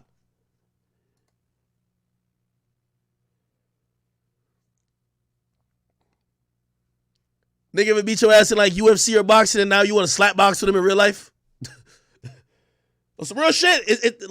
Again, I'm trying to use some of the context clues we have, but if y'all just finished playing dice and one nigga got an attitude that his money got took and now he talking about fighting or basketball, maybe he looked at a nigga and be like, yo, nigga, I bet you won't play me in like ball for that shit. Maybe that nigga looked at Quavo and said, nigga, I bet you won't box me for that shit, nigga. Who knows? I don't know. But now, again, I'm making up this exchange. If that's how it goes, the moment a nigga like threatens to tap your jaw, pause, the disrespect is starting to come in. So now it's a little bit different now. Might be a situation be like, yeah, like nigga, yo, we could play for that 7 bands in basketball tomorrow. What's good, nigga? Like, yo, nigga, I could beat your ass for that 7 bands, nigga. What's up? Once you hear that, it's over. I could beat your motherfucking ass for that 7 bands, nigga. What's up? Once that happened, there's no tension. Because according to Shorty, they're outside the thingy. Like, again, I can't really, yeah, there's a picture of it so I can show what was going on. So, yeah. So this is inside, and then outside is here. Right? Yeah, this is outside. The ledge right here. The ledge is right here. By the way, I ain't even gonna lie to you. If we think about the people who would have the gun, it's 2 people over here. Everybody seems to be looking over here. Takeoff is here. They're all looking over here. Oh yeah, I can't see my bad. Okay. The shooter is either in this picture or over there. Like, let me make sure I can see the mouse. So Takeoff here, like the ledge right here.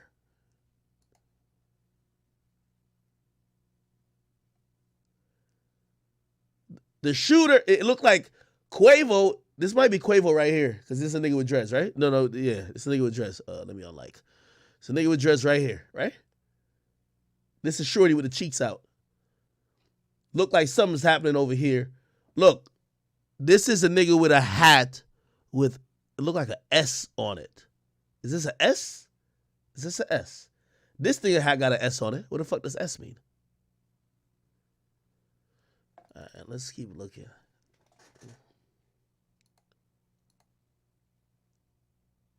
Wait.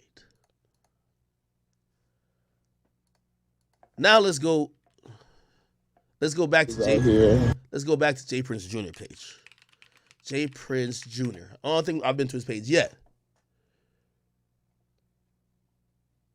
Okay.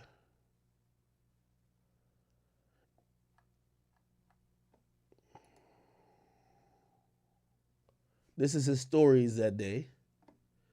Never get tired. Okay, so this is where he announces it. Bowling party tonight at 9. DM for details.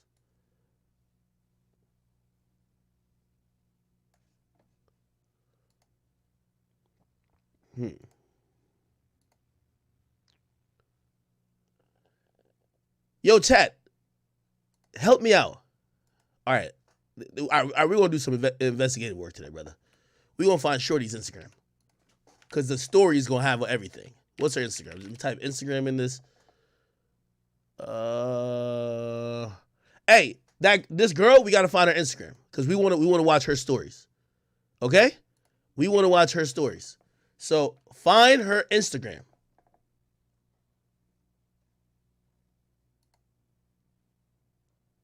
Let me see. Maybe this is her Instagram too, that name. Let me just see. I'm going to check it on the side. Instagram.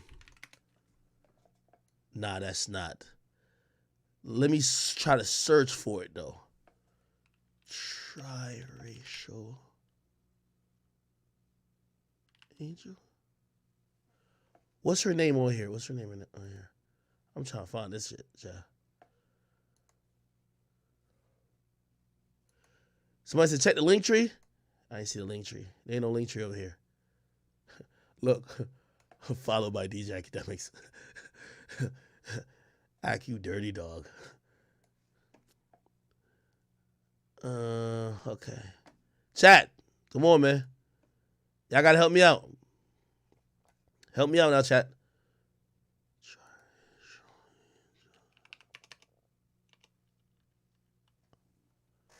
Is this her? That's not her, is it? Nah, this ain't her. This ain't her. Nah, this ain't her.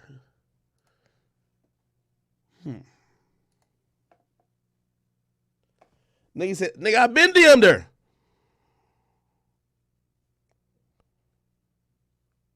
Nigga, she probably getting hit up by everybody in the world right now. Nigga, we gonna solve this case before I get off stream, nigga. Actually, let me not say that. Before they be like, yo, Ack, you federal. You federal, Ack. Ack, you hella federal. Let me see. Fuck. I know she got an Instagram. All right, this is how we gonna find this shit. Watch. If we can't find her Instagram, let's find an Instagram of one of her friends. She don't follow that many people. And go to her friend's Instagram, right? Nigga, I'm telling y'all how to really get this shit done. Go to her friend's Instagram and find her ass. Or find somebody that was there. If she followed them on Twitter, she probably followed them on Instagram. Real talk.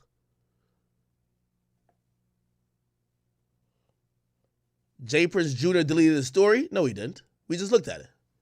It says bowling party. I forgot because I ain't scared of nothing. What did he delete? Somebody said, for God's sake, yo, Act, I love your content, but stop with the ads every 5 minutes. I can't afford $5. It's like 5 mil Central Africa money. Yo, gift that boy a sub, man. Give that boy a sub on Twitch. Or I think if you watch on YouTube, they ain't no ads on YouTube. Is there? By the way, yo, YouTube got me turned up. Look at this. Yo, we lit on YouTube. I'm going to watch my own stream on YouTube. Watch this. Oh, no, that's my main page. It's King Academics. Yeah, y'all all go sub to this page, man. We trying to get to 400K. We got 18K watching over there? Yeah, yo. We need to get this to 400K. I ain't gonna hold you. All right, anyway, let me get back to this shit, man. We in full investigative mode right now. We ain't playing around. Okay, so how we gonna find this shit? All right, chat. I'm already going through her followers. I'm going through her followers, trying to find a friend or something. Look at who she be tweeting at. She must got a girlfriend. You know, chicks moving clicks. She must got a girlfriend. And when chicks is going out, they always moving at least a packs or two. A girl show up to your event, dolo, straight hoe. Straight hoe. Women moving packs of 2s and 3s, and if they in too big of a clique, I don't even know what that means, but if they come alone, straight hoe.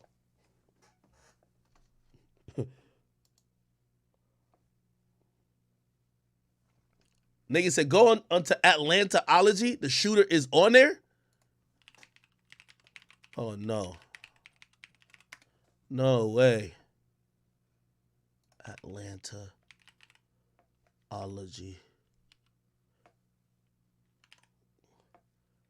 Wait, ATL.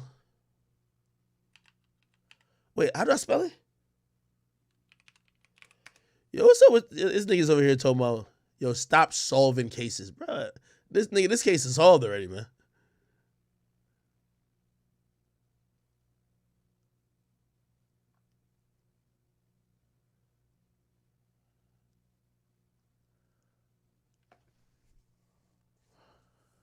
Oh, shit.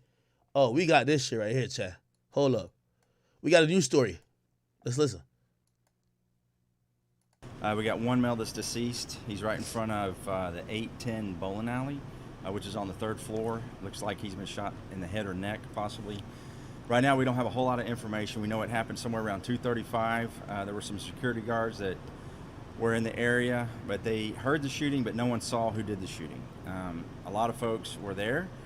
They were in front of the bar. The bar was actually closed at the time. They had the doors locked, but people were congregating out on the balcony area, and everybody fled. We got some. Hey, chat. Let me add one more thing, and I've learned this in my history.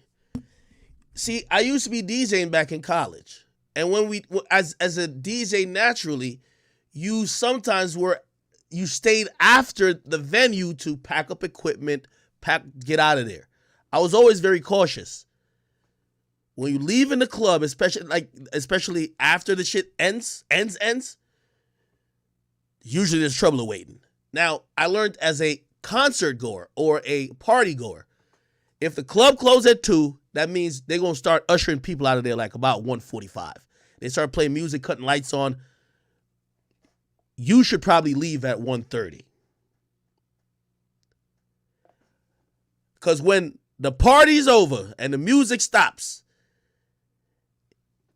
me and my homies, right? We used to make this mistake. We hang out till the last end. We try to bag every girl number possible. Like, Until we realize, bro, it's only the worst things that happen when you are lingering after the establishment is closed. I'm keeping it 100 with you. Because if niggas was into it, they going to be into it then. If niggas want to be on some robbery time, they going to be into it then. I'm telling you. I've learned, if I go to a spot and it closes at 2, I know 1:45, they going to be playing those R&B songs like, yo, I used to play Crew Love. Like, once we started playing Crew Love means turn the lights on slowly, and it's a hint to everybody. Nigga, get the fuck on out of here. We got to get out of this place in 15 minutes, right? Bag up your numbers. Once you see that, that's curtain call, nigga. Start, that chick you've been grinding on all night, ask her for her number. Do what you got to do, but get the fuck on out of here. There's always a couple niggas, and I've been there before, where you're the thirsty nigga, where you want every number, or you're lingering at 2:10. You still in the parking lot trying to bag people while they walk into the car. These days, if it's over at 2 o'clock, I'm out of that bitch probably 1:20. There ain't nothing I need to be in there for that last 40 minutes, trust me. Notice what this nigga's saying? The place is closed, everybody's lingering outside. They were in front of the bar. The bar was actually closed at the time. They had the doors locked, but people were congregating out on the balcony area. That's always the worst time, when the club is over, but everybody... Yo, and by the way, I'm trying to give some good advice here. I'm not shitting on nobody. Even if you one of them motherfuckers who, like, you looking for the next move, look for, like, get somebody number, get your ass in the car, and get out of that area real quick. If you go to Wendy's, McDonald's, go get something to eat, like, you know what I mean, you probably been drinking anyway, but move away from that area. If there's an after wave, niggas could text you. Don't be just lingering out there with a big ass crowd. Cause you don't know what that nigga might be into. They might have almost fought a nigga in the club earlier who spun the block and seen a whole bunch of people just standing outside. These niggas ain't snipers like, let me shoot just him. They're shooting everybody. It's over. So, congregating outside the venue, I don't like that. Also, this is why you know security is there's no security here. If you have professional security, they know a couple of things. The most vulnerable anybody is when they're walking in a building, when they're walking out. You want to make sure when somebody's walking out a building, yo, somebody hold the elevator, like say y'all in this place. Somebody hold the elevator. Yo, we getting Takeoff and Quay out here. Yo, somebody hold the elevator. Make sure the car parked directly out front. Somebody by the door to check that to make sure y'all supposed to be moving like that. That's if you have professional security, right? Like every time I move with security, there's no, we're outside the venue waiting for the car to come. It's bang, bang, bang, bang, bang. You're in the car, you dip. If we ain't take no pictures in the venue, we ain't need to take none now. Y'all had y'all time. I was in the venue. Y'all could have took pictures. And granted, I'm not even too sure this is the venue that even got metal detectors. So this shit could have went down in there too. You get what I mean? But I'm just telling you and warning you about congregating outside of a closed venue. That's when a lot of bullshit starts. Why? Everybody in the venue, that's the drunkest they are. They've been drinking all night, but they've been hypnotized by a fucking couple 808s, and they ain't been on some bullshit. Also, all these niggas are now horny, and shit, if they just came from a strip club, they might be broke. You don't want to be out there just with them, because an argument, you have now erased, like obviously this was on the second floor, but in real life, you see, you don't want to argue with nobody outside of the club. Bro, even if he ain't bring his gun in the club, his car right there, probably with the gun. You get what I mean? So, just my advice, I'm pussy still, but, just if you want to listen to it. And everybody fled. We've got some video footage, but not very well. Everybody fled. Oh, y'all got it? Investigators are coming. It would be great if anybody would come forward and tell us what occurred, because right now we really don't have a whole lot of anything. So if they would call HPD homicide, that would be great. Any shell casings recovered? At this time, it's so fresh. Like I said, everybody took off running. There is a lot of debris up there. I'm not sure at this time. I'm sure they'll find something. Everybody took off running. Nobody's saying nothing. This is what I'm telling you. You went to the hood event because you checked in with the hood niggas to roll dice. Of course nobody's trying to help the police figure this out. And of course nobody's stuck around. Like, Quavo was probably one of the only people. Apparently there was a nurse. There was a nurse that came over because I guess they were trying to lift up Takeoff, and they realized like, yo, like he's wounded almost like mortally. They don't want to make it worse. Like, same thing that kind of happened in P&B, so they put him back there. You know what I mean? And you kind of hear Quavo, but there's a picture of a woman who apparently identified herself as a nurse to say, hey, I'm a nurse. Let me look at him and let me see if I can help him. So, other than that, every other nigga who probably came with them or was in that spot doing hieroglyphic handshakes, gang, all that, they dipped. All that shit, I love my brothers, twinning them. Them niggas won't give you CPR. Them niggas don't give a fuck. The only nigga you see is Quavo and Takeoff. All them other niggas is cadiling to the car, nigga. You think they're gonna try to, wait, let's try to save his life? Oh, hell no. Nah. As soon as they hear the shots, it's, cops is coming. I don't want to give no statements. I just beat a double murder. Nigga, I'm on probation. I'm out of here, nigga. They're doing a live press conference. Send me the link. Okay. Hold on. By the way, they said we found Shorty's thing. They said, hold on. Did J. Prince Jr. delete his thing? Let me refresh it. If this ain't there, he deleted it. I don't think he did, though. Oh, no, he didn't. He didn't. All right. Here's Shorty's. Wait. The fuck? Oh, no. Who's this? Oh, this is one of her friends. Oh, I got to type in the name y'all gave me. Y'all gave me a name.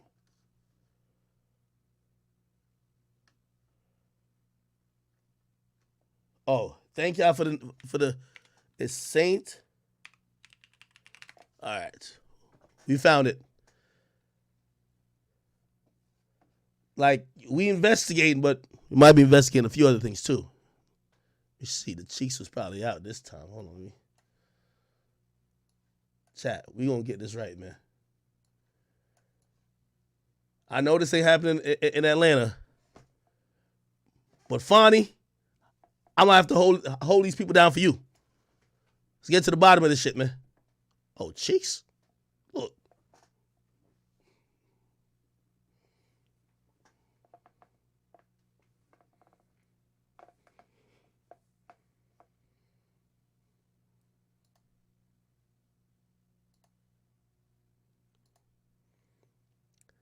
Guaranteed she got a man. Let me tell you, these chicks just use Halloween as a reason to show their ass, bro.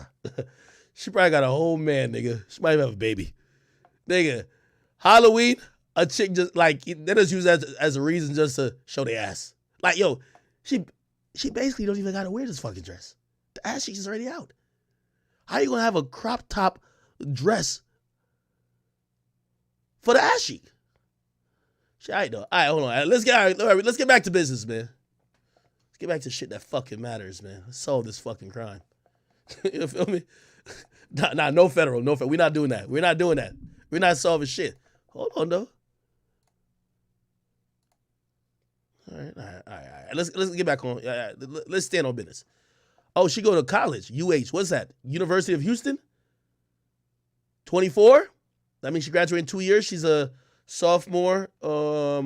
She's the sophomore junior. Let's see what's been going on. Here we go.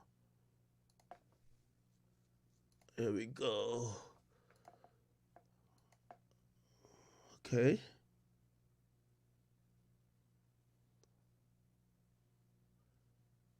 Oh, she ain't got nothing. She probably did have a story. She probably deleted it type shit. I could tell.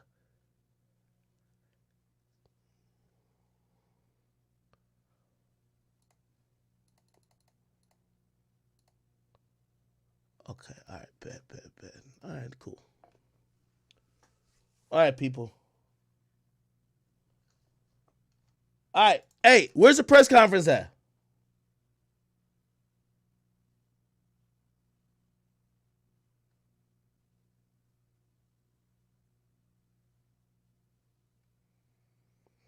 Lala the Donna says, don't it make sense? There was joking on Quavo about losing at the dice game, getting beat up by Lil Baby. Quavo didn't get beat up by Lil Baby. So you're wrong right there. Plus, losing B-Ball versus Roddy on Thursday. He played Ball versus Roddy on Revolt. Like, they were making fun of him.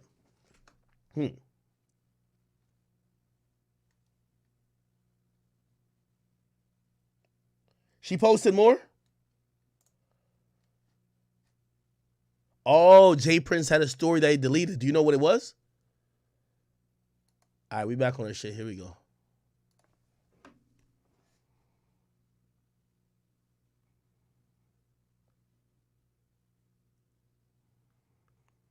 Yo, Shorty's getting like 500 followers a minute.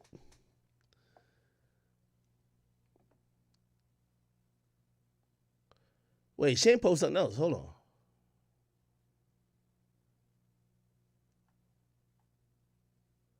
Yeah, she hasn't posted anything. All right, we got to get back to the Reddit, man. Yo, I ain't going to lie to you. Reddit solve every crime, bro.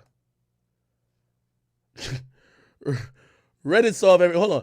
Yo, Reddit's so federal, I got to scroll up, like, without... Ooh. Huh? That's got to be cap.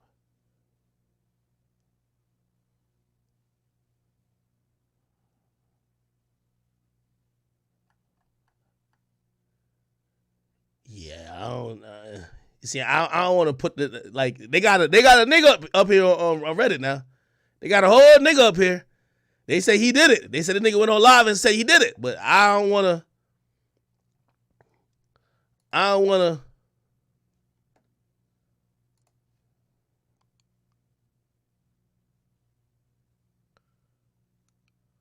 to just incriminate somebody because it's easy to point the finger if I'm wrong. You know, it's hard to, you know, say otherwise. Let me see.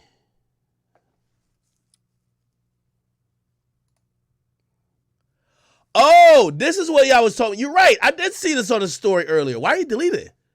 Jay Prince had posted Quavo and No Cap and Shakur Stevenson on the way. I know I seen this earlier because I checked No Cap's story. I checked Shakur Stevenson's story. Neither their story really showed anything about that night, though.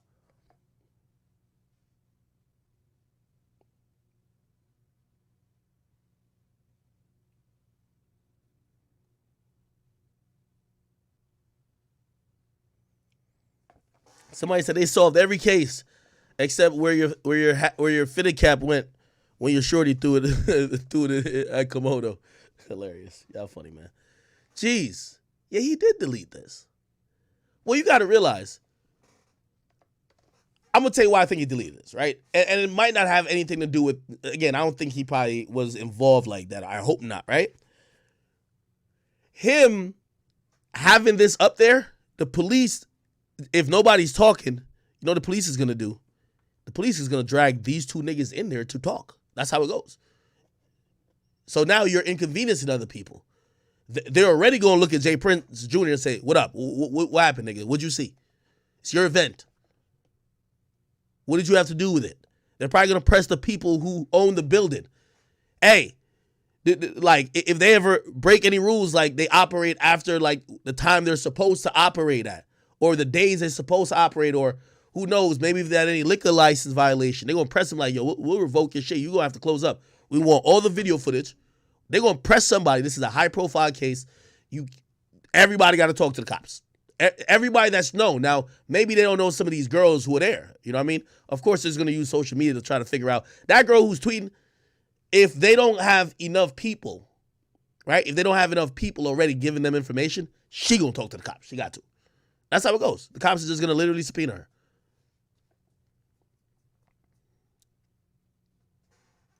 Or not subpoena her, but bring her ass in for questioning. It'll be a subpoena if it's like a grand jury or some shit.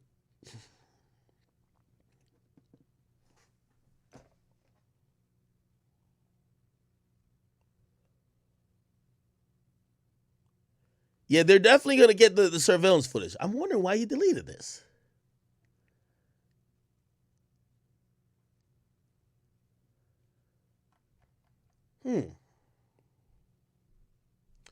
Somebody said I just gave her free clout. Refresh her Instagram. Okay, she had 3,204. Let's see how much she got now. Nigga, it's only 3,000. 3,300. Nah, let her rock, man. I'm about to DM her on the gram, though. She won't see that blue check. She know what to do.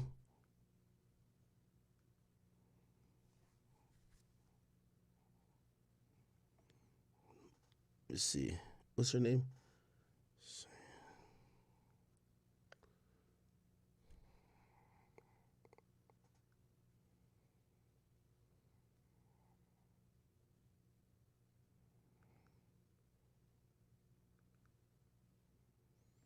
All right. Okay.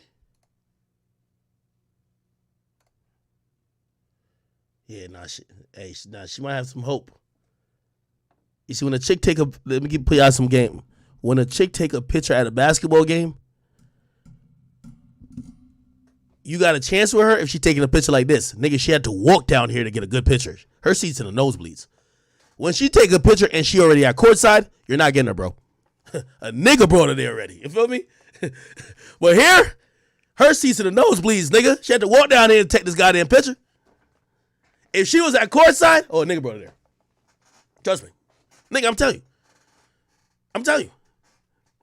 She's sitting in 209, in section 209, like she's in the upper shit, you know what I mean? She got past like the little guards by like, oh, I'm just going to the bathroom. She go there, she's, yo, take a picture of me real quick. Yeah. Oh, yeah. Oh, yeah. If she was on the floor, forget it. All right. Let me not start with my bullshit today. All right? Holy. Did she post this after this? Because this was... Oh, no, this is 2 days. What?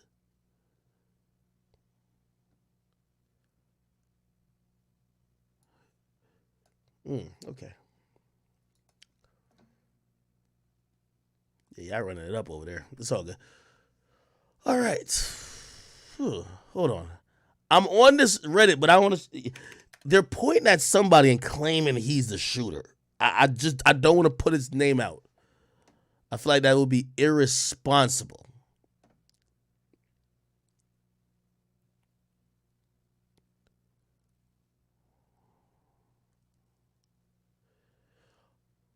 Yeah, this is also true. Okay, I can put this on him. In the video, I'm suggesting y'all don't see, which is the one that was recording, the Takeoff last moments.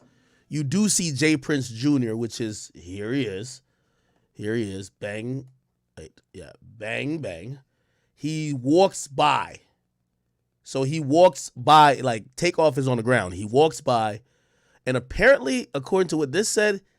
It said, he said to the person recording, don't ask me shit. I don't know what that means. I don't know.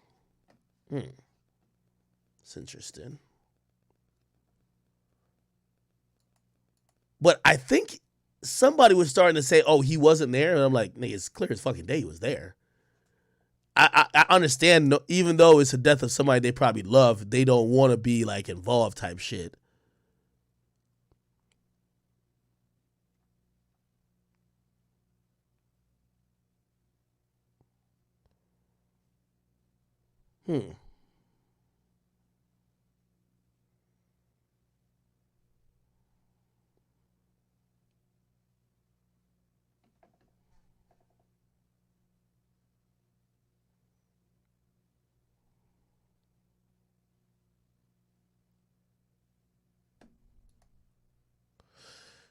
Yo, what the fuck? Nah. Yo, I ain't gonna lie to you, man. Reddit is so crazy. Look, they said they already put this on Jay Prince's Wikipedia. Look at this. Look. Jay Prince or James Prince. It said Jay Prince. Look at this. Look. Jay Prince's son. Oh, wait. Jay Prince's son, Jay Prince Jr. shot and killed Migos rapper Takeoff. I shouldn't be laughing because, obviously there's nothing funny about death. But why the fuck somebody put it on the wiki like he did it? Who edits a Wikipedia page that quick, bro? Okay, send me the link. Send me the link. Send me the link to the thing.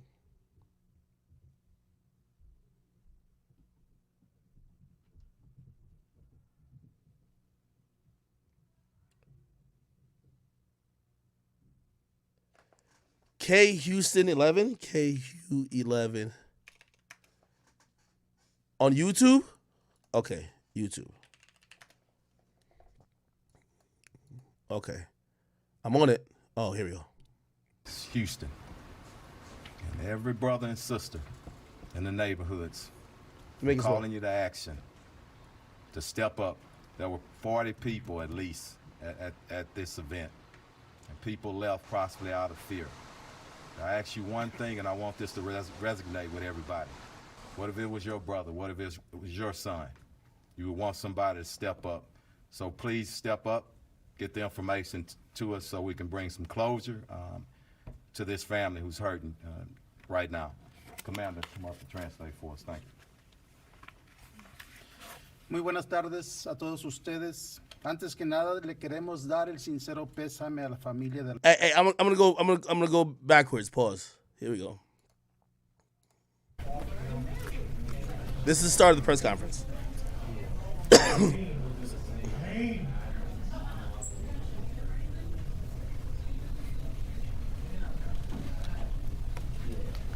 You're standing by to hear from HPD Chief Troy Finner right now.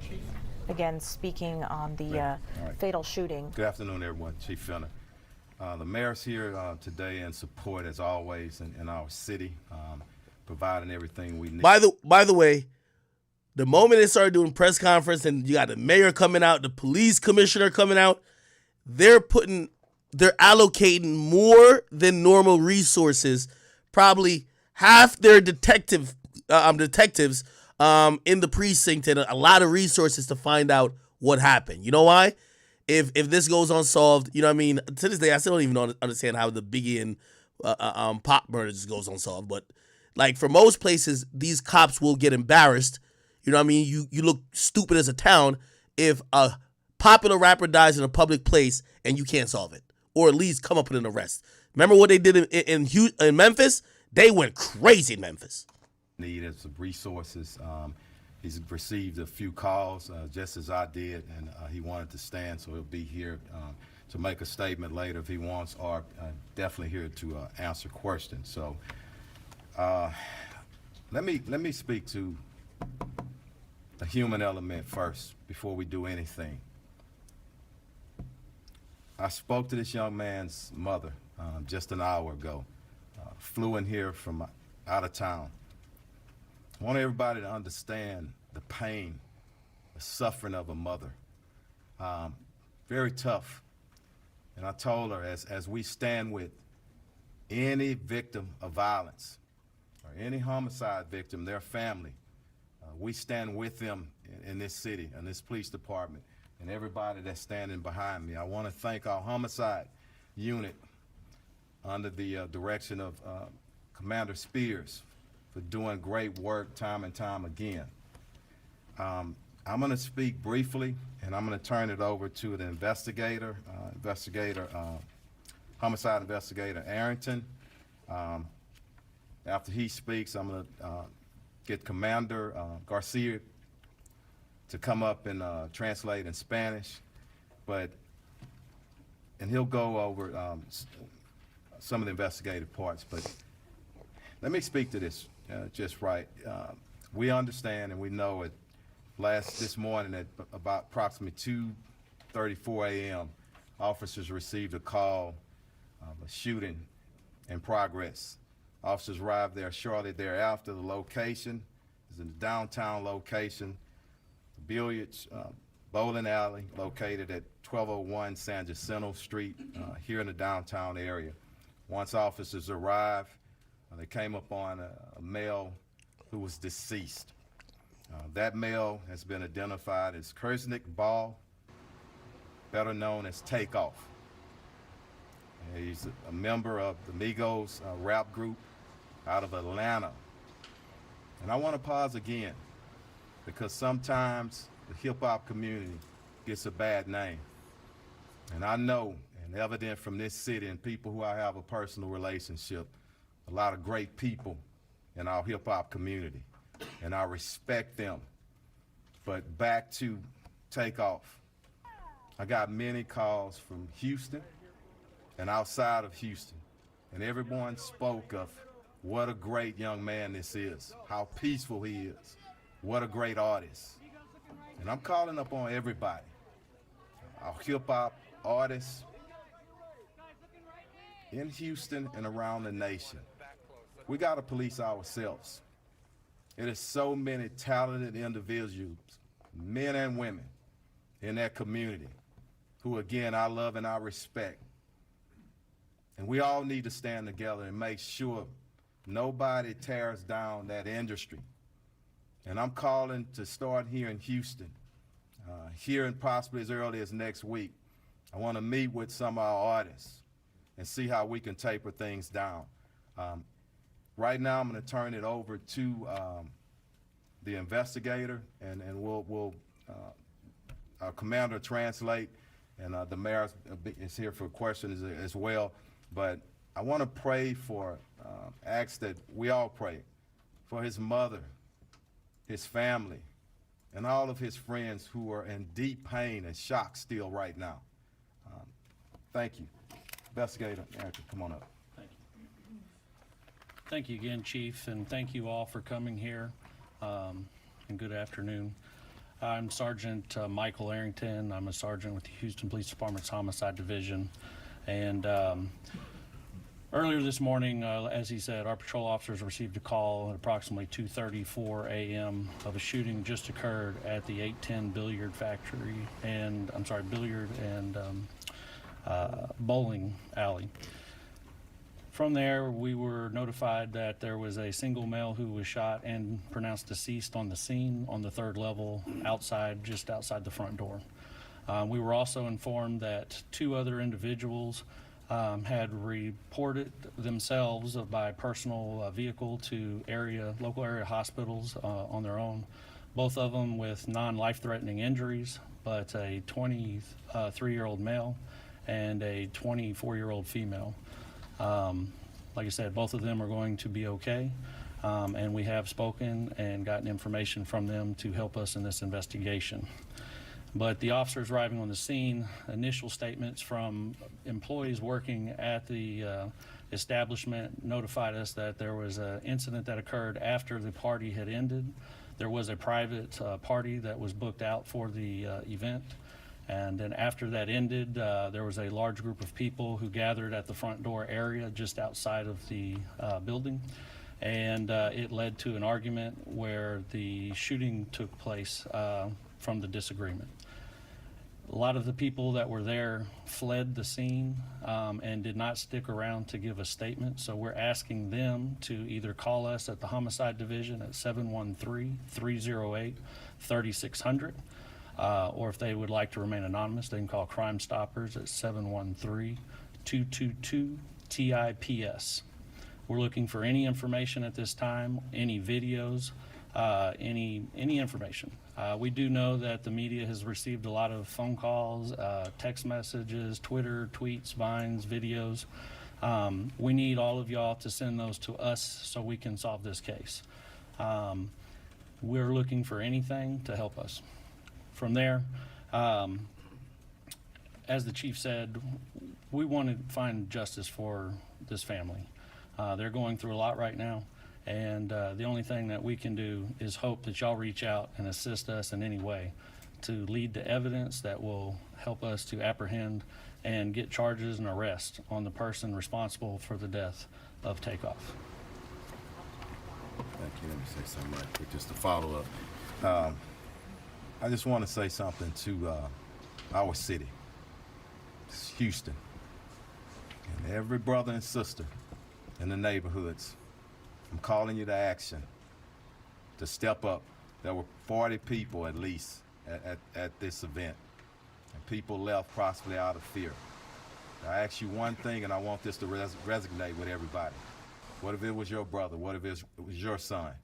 You would want somebody to step up So please step up, get the information to us so we can bring some closure to this family who's hurting right now. Commander, come up and translate for us. Thank you. Muy buenas tardes a todos ustedes. Antes que nada, queremos dar toda la comunidad to provide. As you have heard, this was a. Comuníquense con la división. Is that the mayor? 222 tips DIPS. Chief, you want to open up for questions? Yeah. Chief, let me just say. Go ahead, Just a note before turning back over to Chief Fenner. As you have heard, this was a private party last night of about 40 people. In that group, somebody or people know who the actual shooters were. And let me just ask, like has already been asked, that anyone who has information on the shooters to provide that information to HPD. And let us solve this situation. Let us bring justice to this family. But I'm asking for any of the persons who were at this private party that know, that have information on the shooters, please provide that information to HPD and let us solve it. We will solve this particular case. We will find the shooters. But information provided will help to expedite that. But we will. I do want to extend my condolences to the mom of Takeoff, to all the family members of Takeoff, to the families and friends. So I do want to. I want to do that because it doesn't matter how peaceful, loving, great entertainer. There's a few things. We'll keep watching a few things. I can't hold the tear. I can't go quiet. I can't go offset. I can't call none of these niggas. Yo, the Rel. Yo, Rel. I'm done. I can't live like this no more. This is Snap TV, as fuck? you may have heard.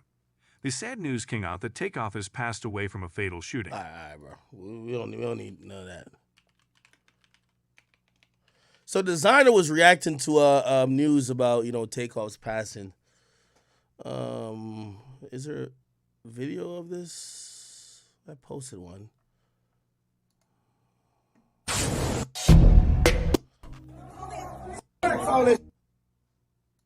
It ain't nothing, I'm done. No. It ain't nothing, I'm done rap. I'm done rap. Yo, you hearing me? It's done. This version of me is done.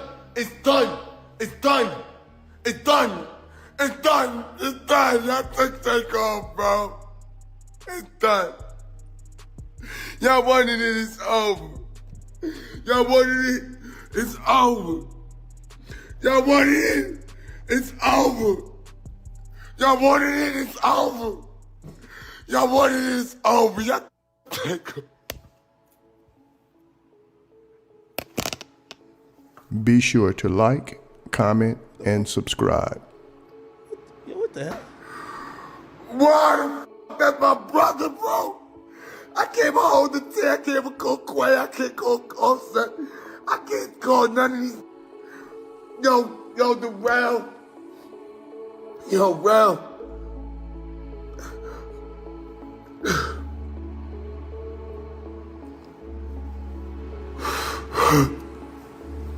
Yo, I'm done.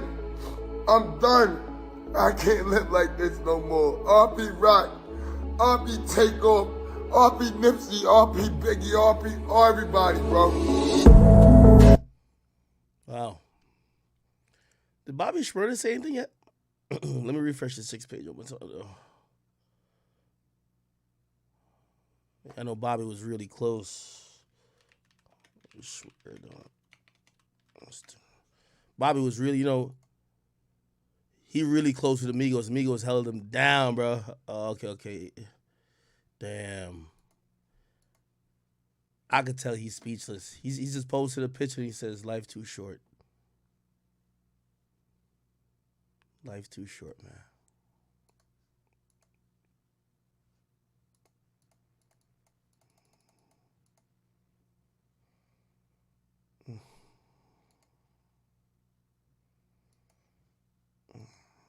Man.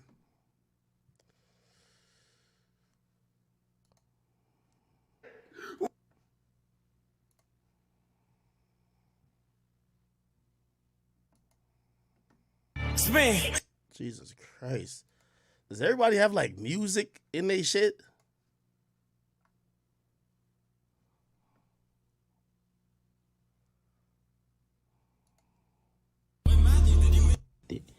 That was gonna happen, you know what I'm saying?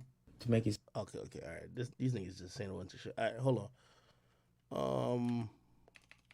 Oh, Boosie said something.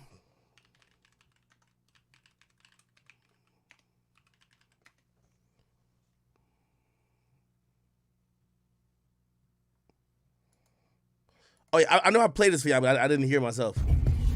R.I.P. Takeoff, bro. Shaking my head, man. Humble nigga. Badass music syndicate won't show QC, all the family. We sending some prayers and love for y'all niggas. All Takeoff family, Quavo, Offset, all y'all. Badass music syndicate won't, send their prayers out. Oh yeah, I can't even see the shit. My bad. I'm stupid. This rap shit whack, bro. I ain't lying, bro. We targets now, bro. We used to be heroes, you know. This rap shit whack as fuck. This rap shit whack, bro. Bro, I keep saying this ain't rap shit though, man. Bro, listen. That's a street dice game. I'm sorry to say it. That ain't got nothing to do with music. It's not like he dissed somebody. Like, I could understand if, like, his death's directly related to the music, but that was a street dice game. The nigga who probably did the killing probably was not even a rapper. Probably was just either a hanger-oner or just a street nigga. How is this about rap? Here's the uncomfortable truth that we got to start understanding. You see, like, black people have turned black culture into, like, crime culture. It's like we've adopted street culture as black culture. It ain't none. Listen, we're connected to rap and some street shit that's kind of always happened. What we really got to say is that, yo, if you a rapper, bro, you should stay out in the streets. I'm sorry to say. Because we don't see a little tech in them getting into shit like this. That's really what should be said. If you're a rapper, stay out in the streets because more than likely, you're the one that's going to be a victim.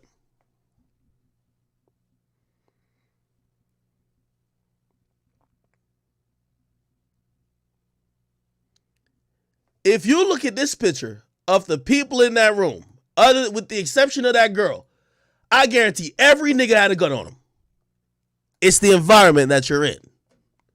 Rap don't bring you to this environment. Nobody was dropping a 16. Nobody was performing. Y'all were rolling dice. Nobody was paid to be here. We got to be honest. You could be a rapper and go to Bali and go ride jet skis, and this ain't happening.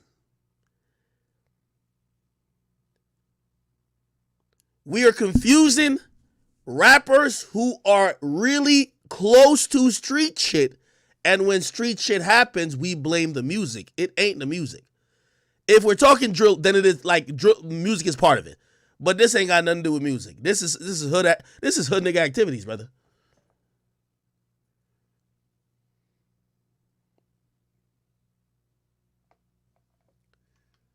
How do we just blame rap for everything?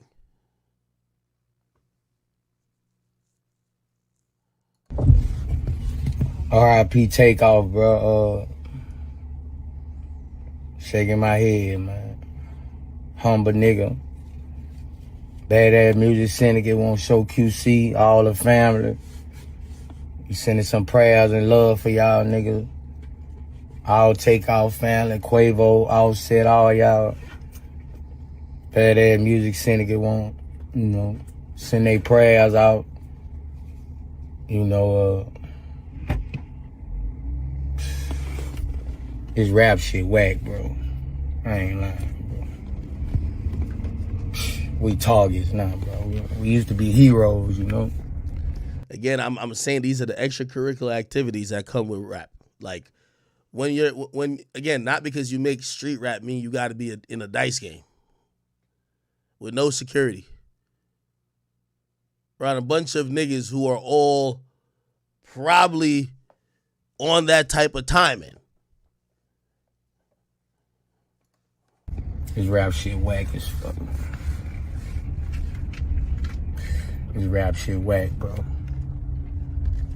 Everybody want us out of here, bro. That is not true. R.I.P. Takeoff.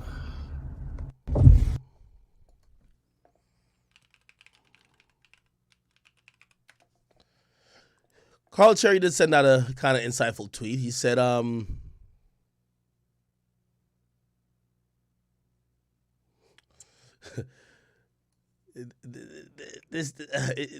if I was him, I wouldn't send this tweet out. Takeoff on t-shirt? Nah. I know what he means, but you know what that could also be seen as. Takeoff on a t-shirt? Nah. Let me see what the replies are on this. Oh, okay. They look at it into it wrong. Okay, all right. If I tweet that out, they'd be like, nigga, you're insensitive. It's all good. Carl's a good guy. So we've lost X, Juice WRLD, King Von, Mac Miller, Nipsey Hussle, Pop Smoke, Young Dolph, Draker the Ruler, Mac Miller, Mo 3, Huey, Snooty Wild, Jay the Youngin, Trouble, PNB Rock, Takeoff in the past 4 years. I don't even know what else to say.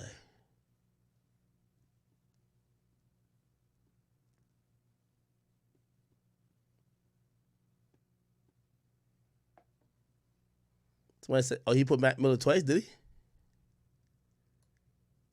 Oh, yeah, he did. You said check what tweet? Oh, yeah, FBG Duck as well. There's a lot of people. FBG Duck, Lil Keed, FBG Cash. Wow. Now, truth be told, I don't think rap killed really any of these guys. Respectfully. Like, let me see. The only way I'm going to say rap killed you is if you were beefing through music. Well, Von was beefing through music.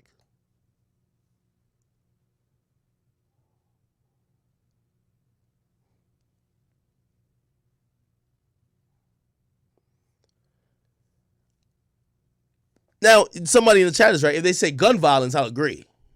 Like we're losing a lot of rappers to gun violence. Like, I don't think if we think about millionaires that's not in entertainment, the majority of them are losing their life to gun violence. They're probably losing it to old age. I agree. Somebody says, and I agree, that's my whole point. They say it's not rap killing them, it's a culture around it. Jay the Youngin only gets killed when he goes back to, I believe, his mom's house that's kind of in around the surrounding neighborhoods that apparently had issues with him, which is some street stuff. Trouble got killed because he was piping down a chick who was living with a nigga for a long time. That, I don't even call street stuff. That's just a jealous boyfriend stuff. It didn't matter that he was a rapper. I mean, yeah, we could say maybe the guy was jealous that he was a rapper, right? But he didn't necessarily die from the music. He died because, yo, not everybody gonna let you donkey fuck their girl in their crib. PNB Rock died, I don't think because of rap. I think it's because of LA culture, LA crime culture right now. And this Takeoff death stuff, I'm going to chalk up to street shit. That's street activities, brother. I'm telling you, that room, the mere fact that everybody just scattered, my nigga, that street activities, brother. Just street activities, dog.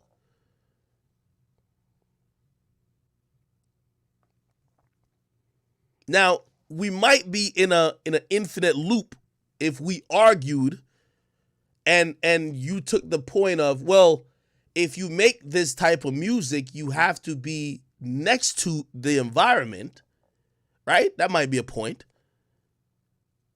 But then I just have to say it's not the music, it's the environment, which again, rather than designer saying he's quitting the music, it's better off you quit being in that environment and be careful in terms of what elements of the culture you embrace. Like, if you're still playing dice games in the hood, you probably have a strong possibility of being in altercations.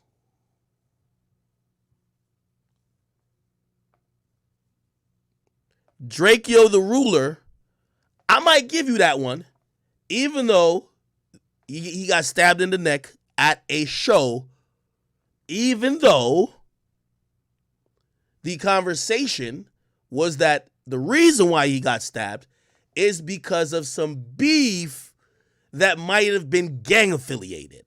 However, that beef was a little bit heightened through a couple of interviews and a couple of, maybe music as well. So if you want to say rap did that, fine. But pretty much it's still always starting from street shit. Again, we acknowledge, we accept street shit.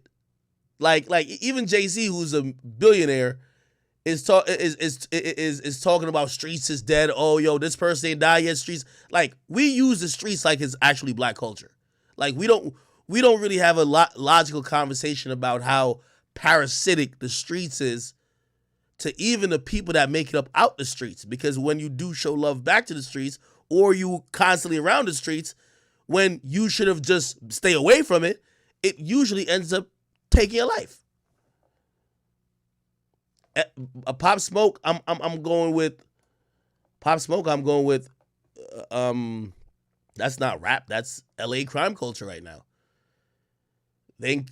LA crime culture basically encourage a bunch of people, especially juveniles, to do breaking and entering.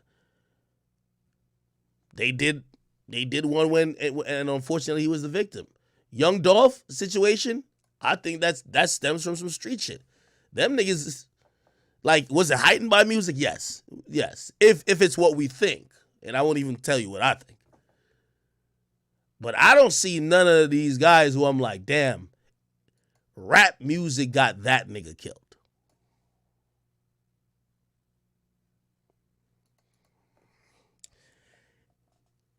Here's the ultimate question. If you make music about the streets and if you're not that nigga who's popping up in the trenches, playing dice, still showing you outside, niggas call you fake and pussy. The music don't hit. you know what I mean? So it's kind of like, there's a reason some of these guys are still in that environment. They kind of want to, and I'm not necessarily saying that about Takeoff and Quavo. I'm just saying, I understand me just saying it's just the streets, right?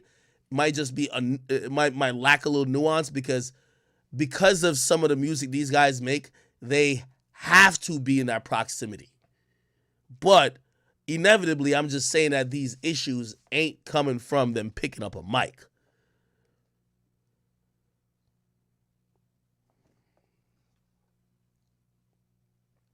They're just amplified when these guys die because they have a name. But shit, Dusty